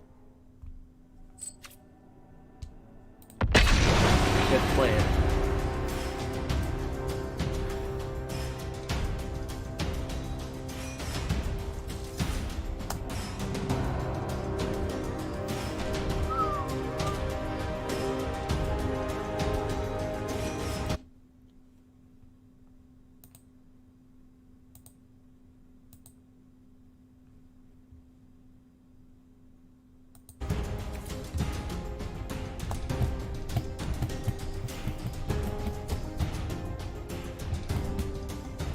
So just waiting on an opponent.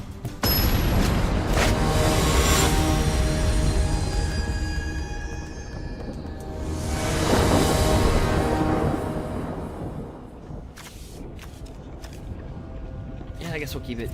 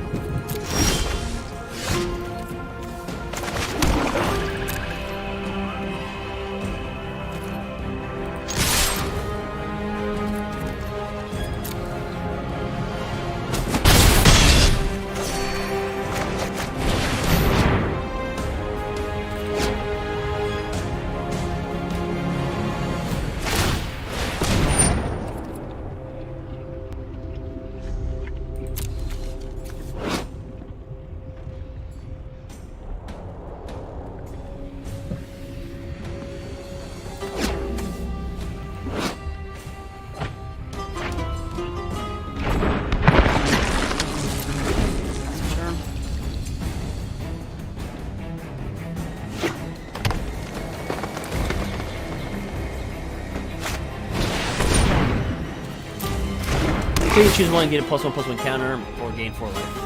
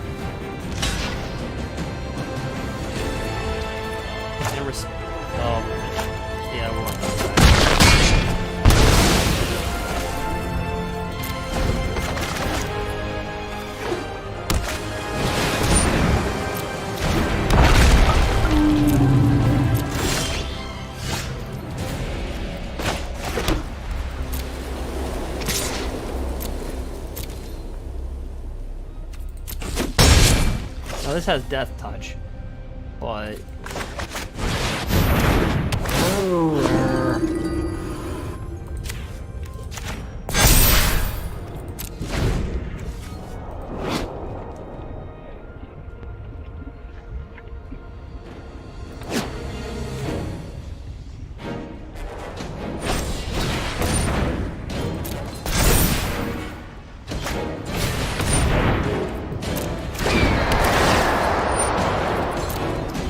alright, so this costs 3 less to cast if you cast an instant or sorcery spell this turn. So basically you get a 3/3 for 2. When it enters the battlefield, you scry 2, it's got Prowess.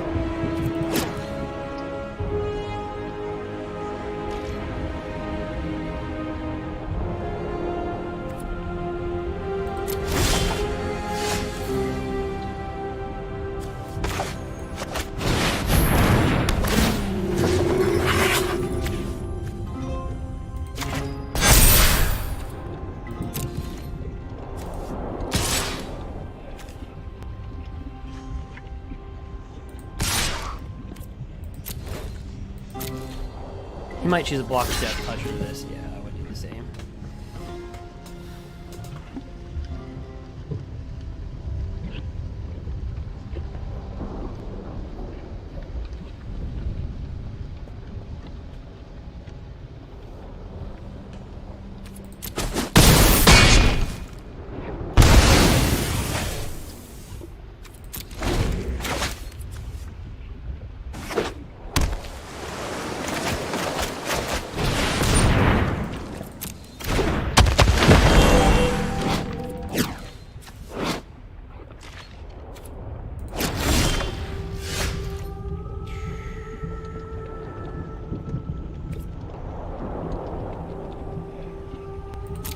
Actually, we can give this +3/+3.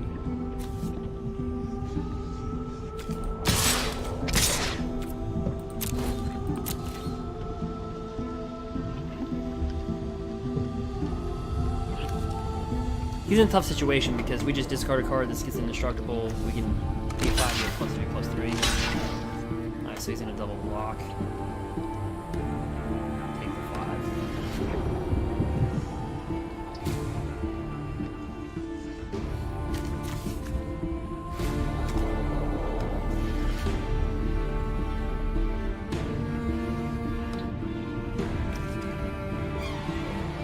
Guess I'll do that.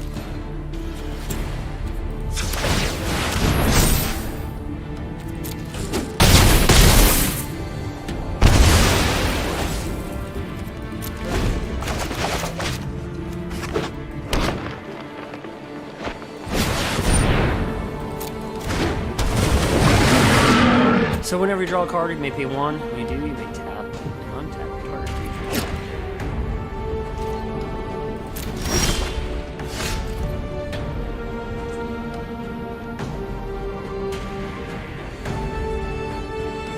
I'm ready to demonic tutor a land.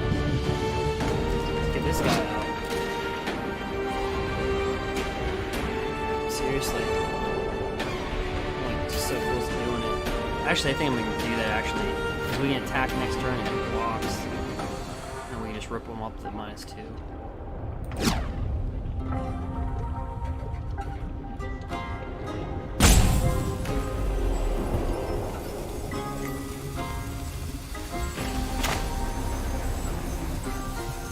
Actually, I'm going to Grim Tutor for a land.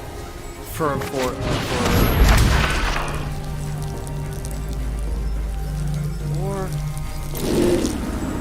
actually, I can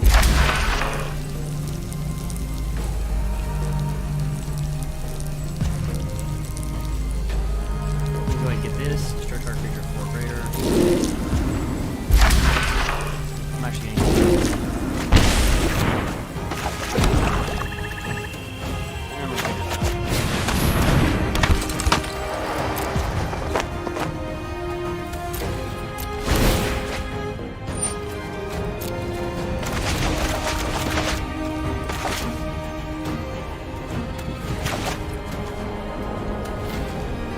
Because we can attack, and then once he's done with all his blocking, then we can bring this to the battlefield. He gets -2/2 till end turn. Whenever a creature in the front of control dies, that player loses 2 life. So the whole deal is to just attack, have him block, and then drop this guy down and just wipe the board. And then he's down to 3. He'll lose 2 creatures and lose the game.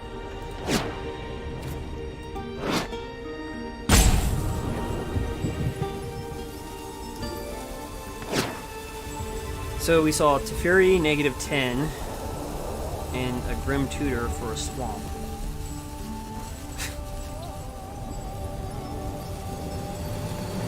Last game was Teferi.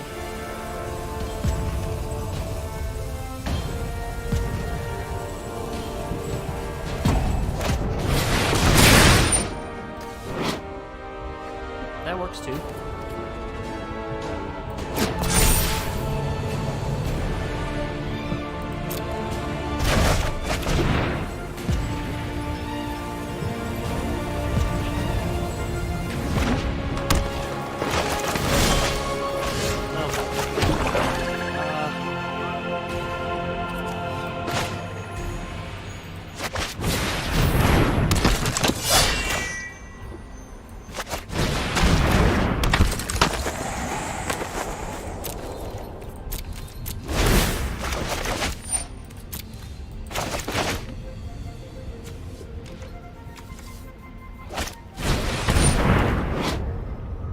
You unblock creature with flying, tap 2 untap spirits you control, tap target creature. Oh, this is gonna be fun.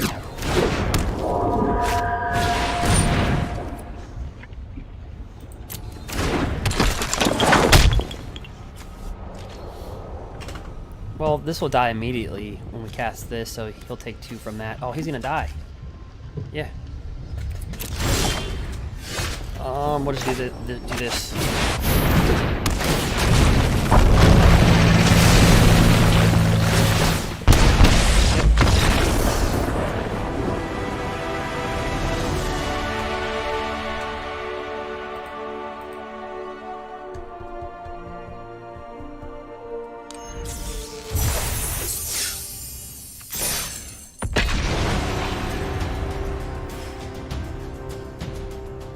Oh, hey guys, if you want to follow on Twitch or subscribe on YouTube, again, we're ranked number 900 in Mythic League. We took our gruul deck. There's like, if you want to see footage, by the way, of a gruul, we played 40 hours, so like 200 matches probably in the top 50.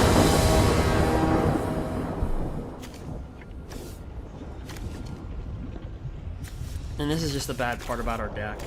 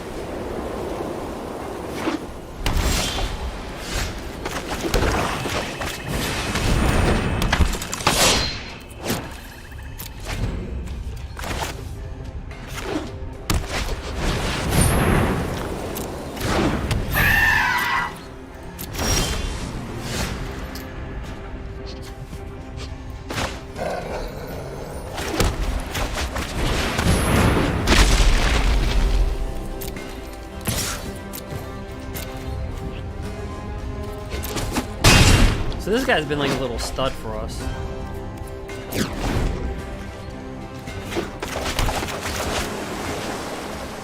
But unfortunately, when you play with white black, dude.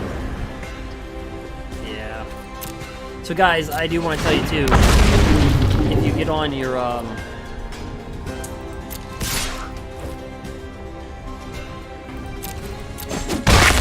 MTG Arena today, and you can't get in, there's not that message that just came up. So let's hear, we gotta, let me drop this down.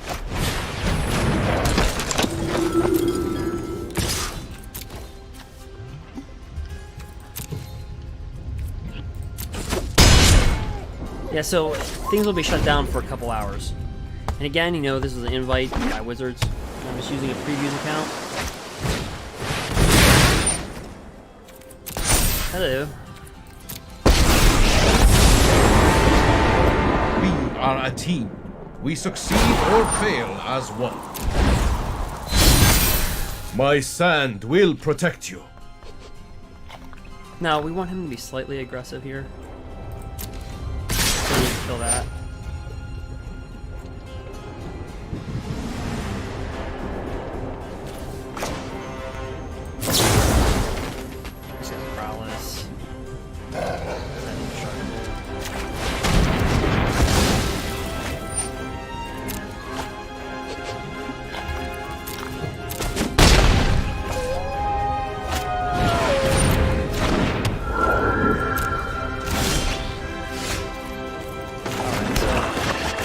This can... We'll just kill that. We'll do that too. This can't block creatures. I don't block creatures with flying. I failed you, Oketra.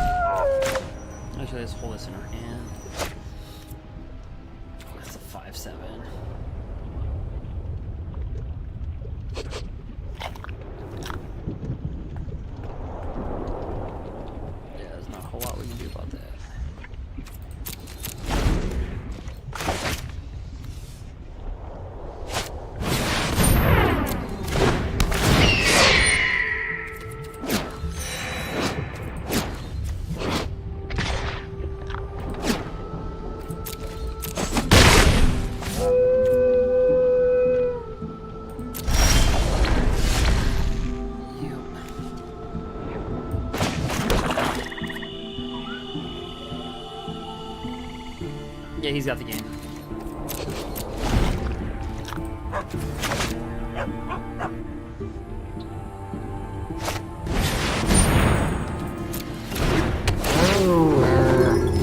Not bad. So we saw a lot of gameplay.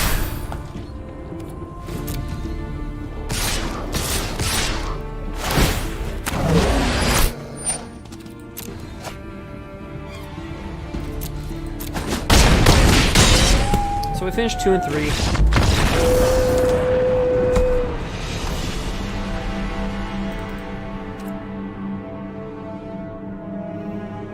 So again, there should be enough on the channel, so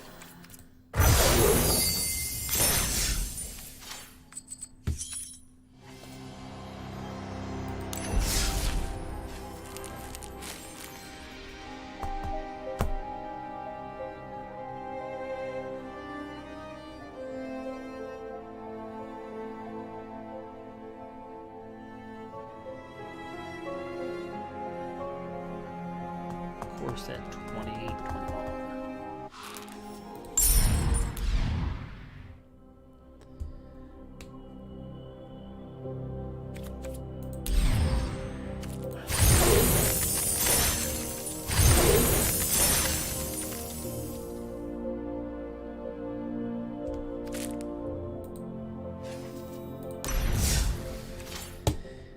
Well, guys, everything's going to end in 19 minutes, so what I think I'll do is just play best of one with... play one match. Again, your MTG arena, it'll be shut down for 2 hours.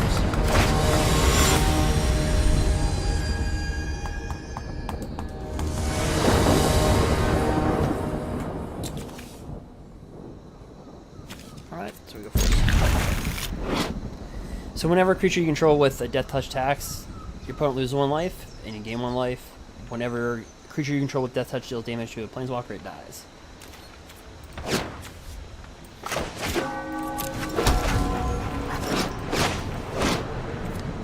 Now this thing plays into the rogue theme, and I think maybe you'll get to see it this game, I don't know.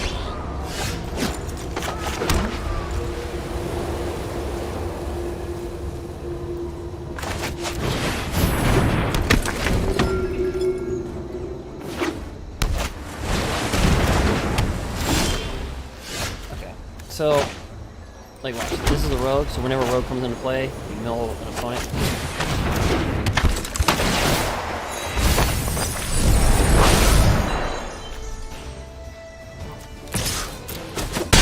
So even if they have 8 or more cards in the library, or in their graveyard, it's +2/+1 death touch. We actually milled an opponent.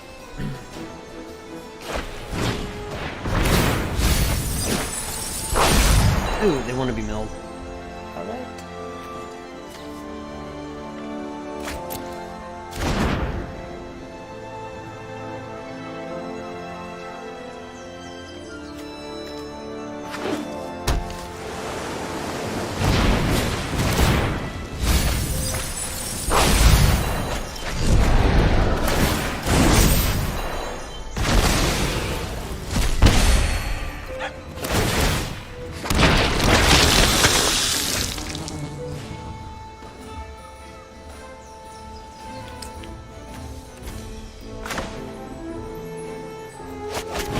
Whenever we gain life,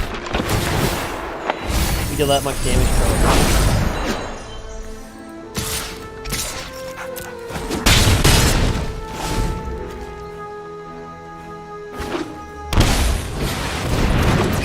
Got it. I like Phoenix.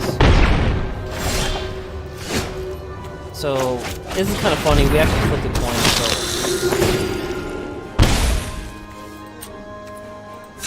Okay, life. Flip a coin. We get it. See? So we gain 6 life and you take 6.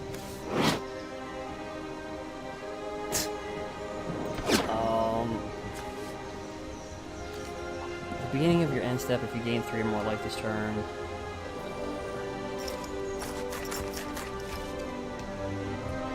Well.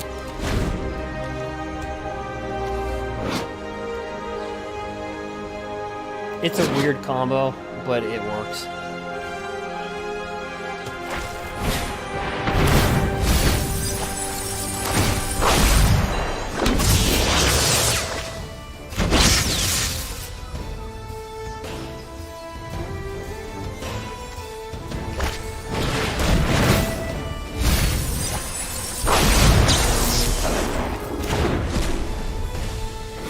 And when you give all your creatures lifelink, understand that whenever you gain life, your opponent takes that much damage. So if you have a 5/5 creature,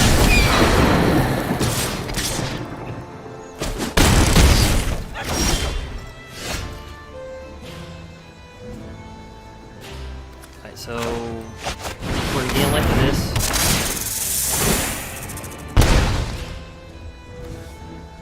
This can end the game. A coin flip.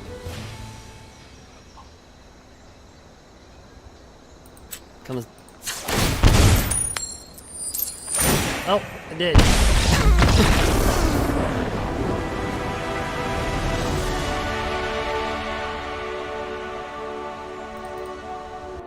Earlier, with my earlier Twitch crew, we were doing that a lot.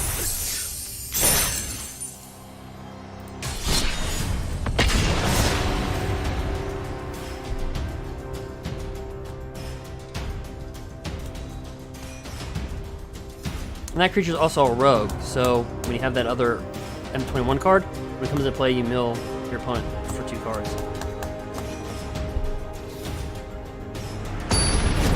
And the deck is cheap to build. The most expensive thing in it's a land. The shock lands. Cheap. Yep, so 15 more minutes.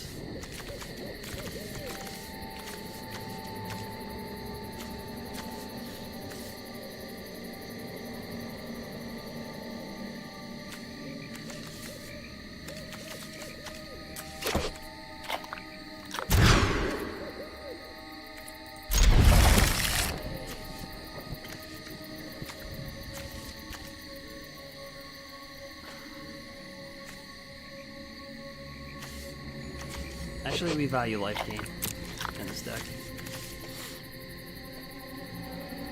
He's got Gigantha.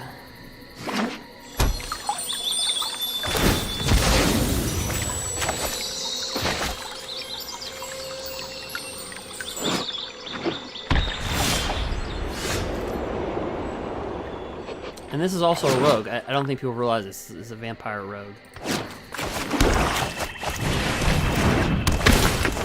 See, when a rogue enters the battlefield and control, opponent mills 2 cards.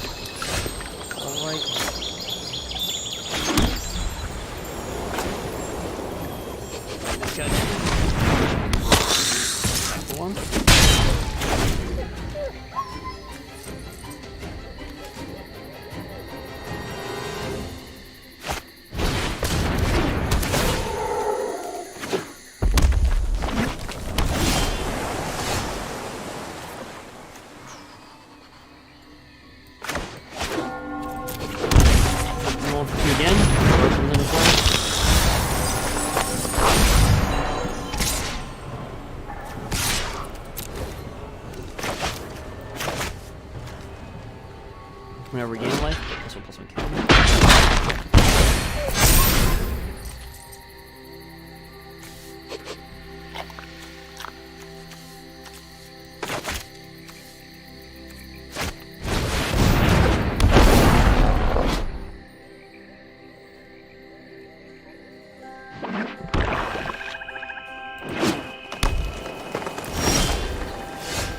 Pretty cool.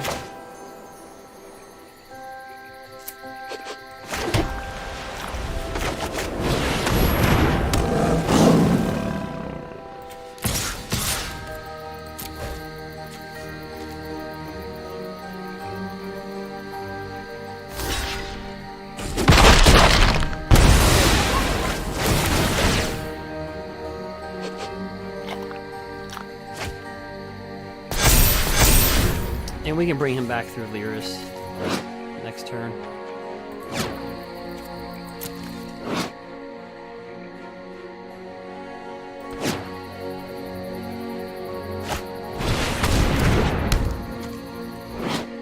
beginning of pre-combat main phase, each opponent loses X life, and begin X life where X is the number of shrines in control. So, take 2? Any gains 2?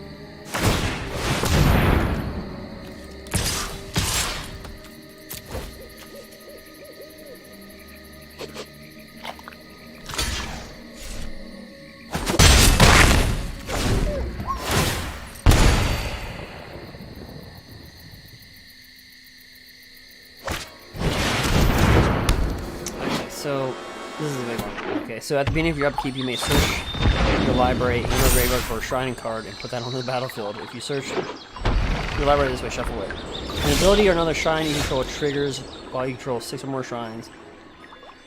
That ability triggers another time.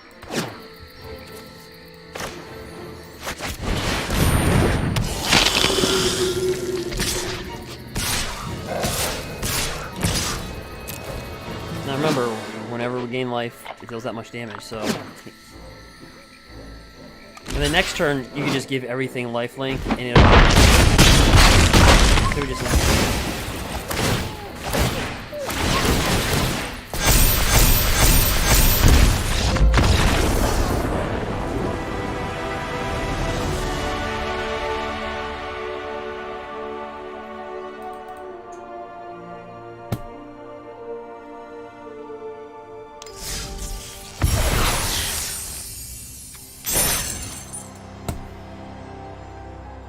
Well, so I would advise you to watch some of the previous gameplay. You can go ahead and do that. Again, if you want to follow, every Thursday or Friday, I give away free MTG arena codes randomly to subscribers and/or followers.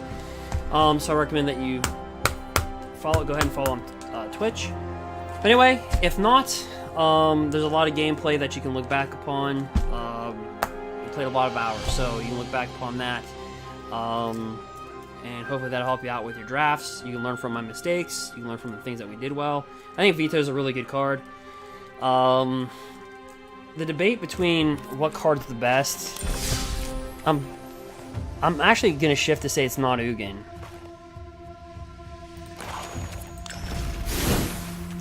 And M21.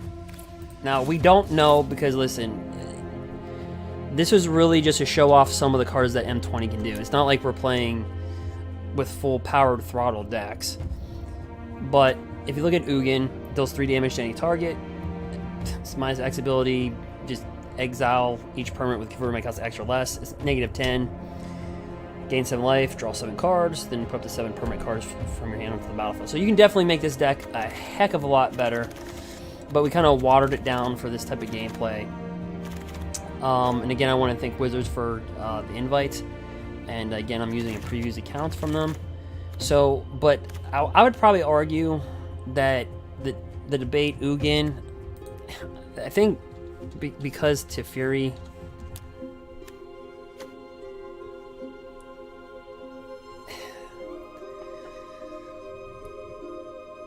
like,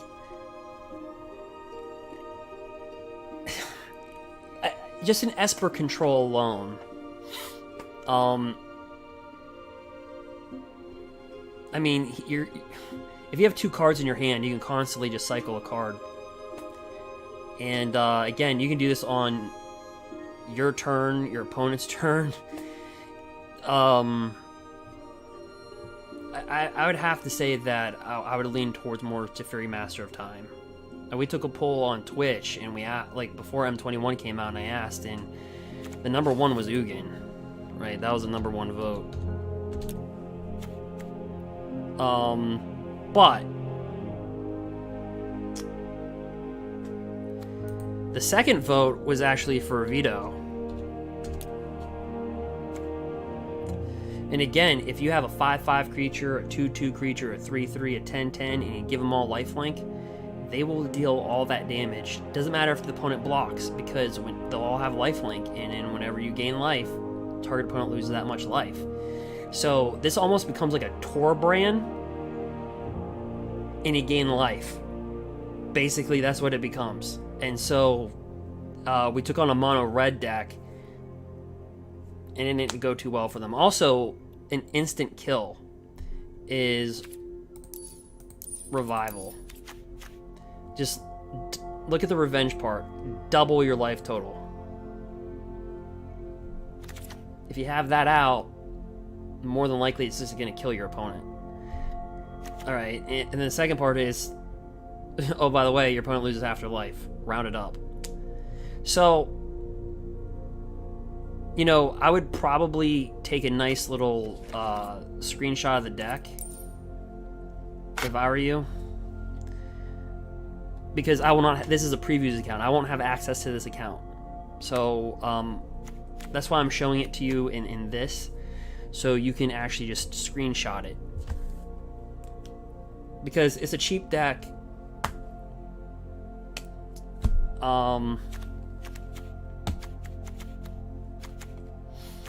And it's fun to play. That's the thing, it's fun to play. Yep, so we got 5 more minutes. So, so there's a deck view. So, probably better than in the best of one, but this deck can get a lot better. You could put in, I originally had Sorens in here, but I took them out because I'm like, well, I don't want to get too powered. But target creature you control gains death, touch, and lifelink till end of turn. You may sacrifice a vampire. When you do, deals 3 damage to any target. Then you may put a vampire creature card from your hand onto the battlefield. I just thought it'd be too powerful for what we're trying to do. I really try to showcase what the M21 cards can do. In fact, most of this deck is M20 and M21, right? M20, M21, M20, M21, Ikoria, M20, M21, M21. You know, then you have a few outliers, but I mean, so I just wanted to showcase a fair balance between those. So with that being said, there's going to be a lot of gameplay. I have more to upload. I'll upload the highlights. I really don't expect people on YouTube to watch a 6-7 hour live stream. I do leave them up on YouTube, but you know, usually people just watch like 10-minute bits of it. So you can go ahead and watch that. I'll probably put some of the highlights up there, so you can go ahead and subscribe. Yeah, M21's good. Like, will it shape the meta? Will it change the meta? I don't think it's going to change the meta much. I think it'll help decks that are already good. Like Esper Control with Teferi, Master of Time. Like, it's just going to make it better. And as I said, you can -10, right? Take 2 extra turns after this one. Well, you have Elder Spell. So, as I was saying, and I was telling people this as soon as this... I said this a couple weeks ago when the spoilers were out. I said destroy a number of target planeswalkers. So you can destroy your own. You can have a Narset out, a Teferi Time Raveler, destroy it. Choose a planeswalker you control, put 2 loyalty counters on it for each planeswalker destroyed. So you can destroy your own planeswalkers and load up 2 loyalty counters for each planeswalker. Just load them up and send them on to Teferi. And then what do you know? -10. So, I think that's going to be a thing. I would expect it to. There's already a deck out there with 18 planeswalkers. They run 4 Narsets, the new Nars, or the Ikoria Narset of the Ancient Way. They run 4 Teferis, 4 Nicol Bolas, and 2 Liliana Dreadhordes. So this card would fit right in that deck. It's already in the Mythic rankings. We faced it several times. So I would fully expect this to slide in instead of Liliana Dreadhorde. Just slide right in their deck. And then they can either ultimate this or Nicol Bolas. They'll just kind of have their pick, I guess. -8. Each opponent who doesn't control legendary creature or planeswalker, loses the game. So I think it'll find a home there. But at the same point, I also think that M21 is also going to give decks like this a semi-competitive but fun play. So, in core sets, that's what they should be. Good reprints, by the way. So if you open up a booster box of this, you'll find people to trade with. There's a lot of reprints, nostalgic reprints as well, like that Grim Tutor. It's only been reprinted once ever right now. So it's gonna. I wouldn't trade it. If I had it, I'd sit on it. I wouldn't trade it. We'll be opening up an M21 booster box. Doing it here. But anyway, guys, I'm going to get off here before the server crashes on me. Thank you for watching. Hope you follow and subscribe. And again, there's a lot of footage, so go to the YouTube channel, go to the Twitch channel, check that out. Have a good day. Have a good draft. Thanks, Wizards. Again, this is a previous account, so this account will be closed once it's over. And maybe I'll get early access for the next upcoming set in the fall. Until next time, thank you for watching, and have a good day.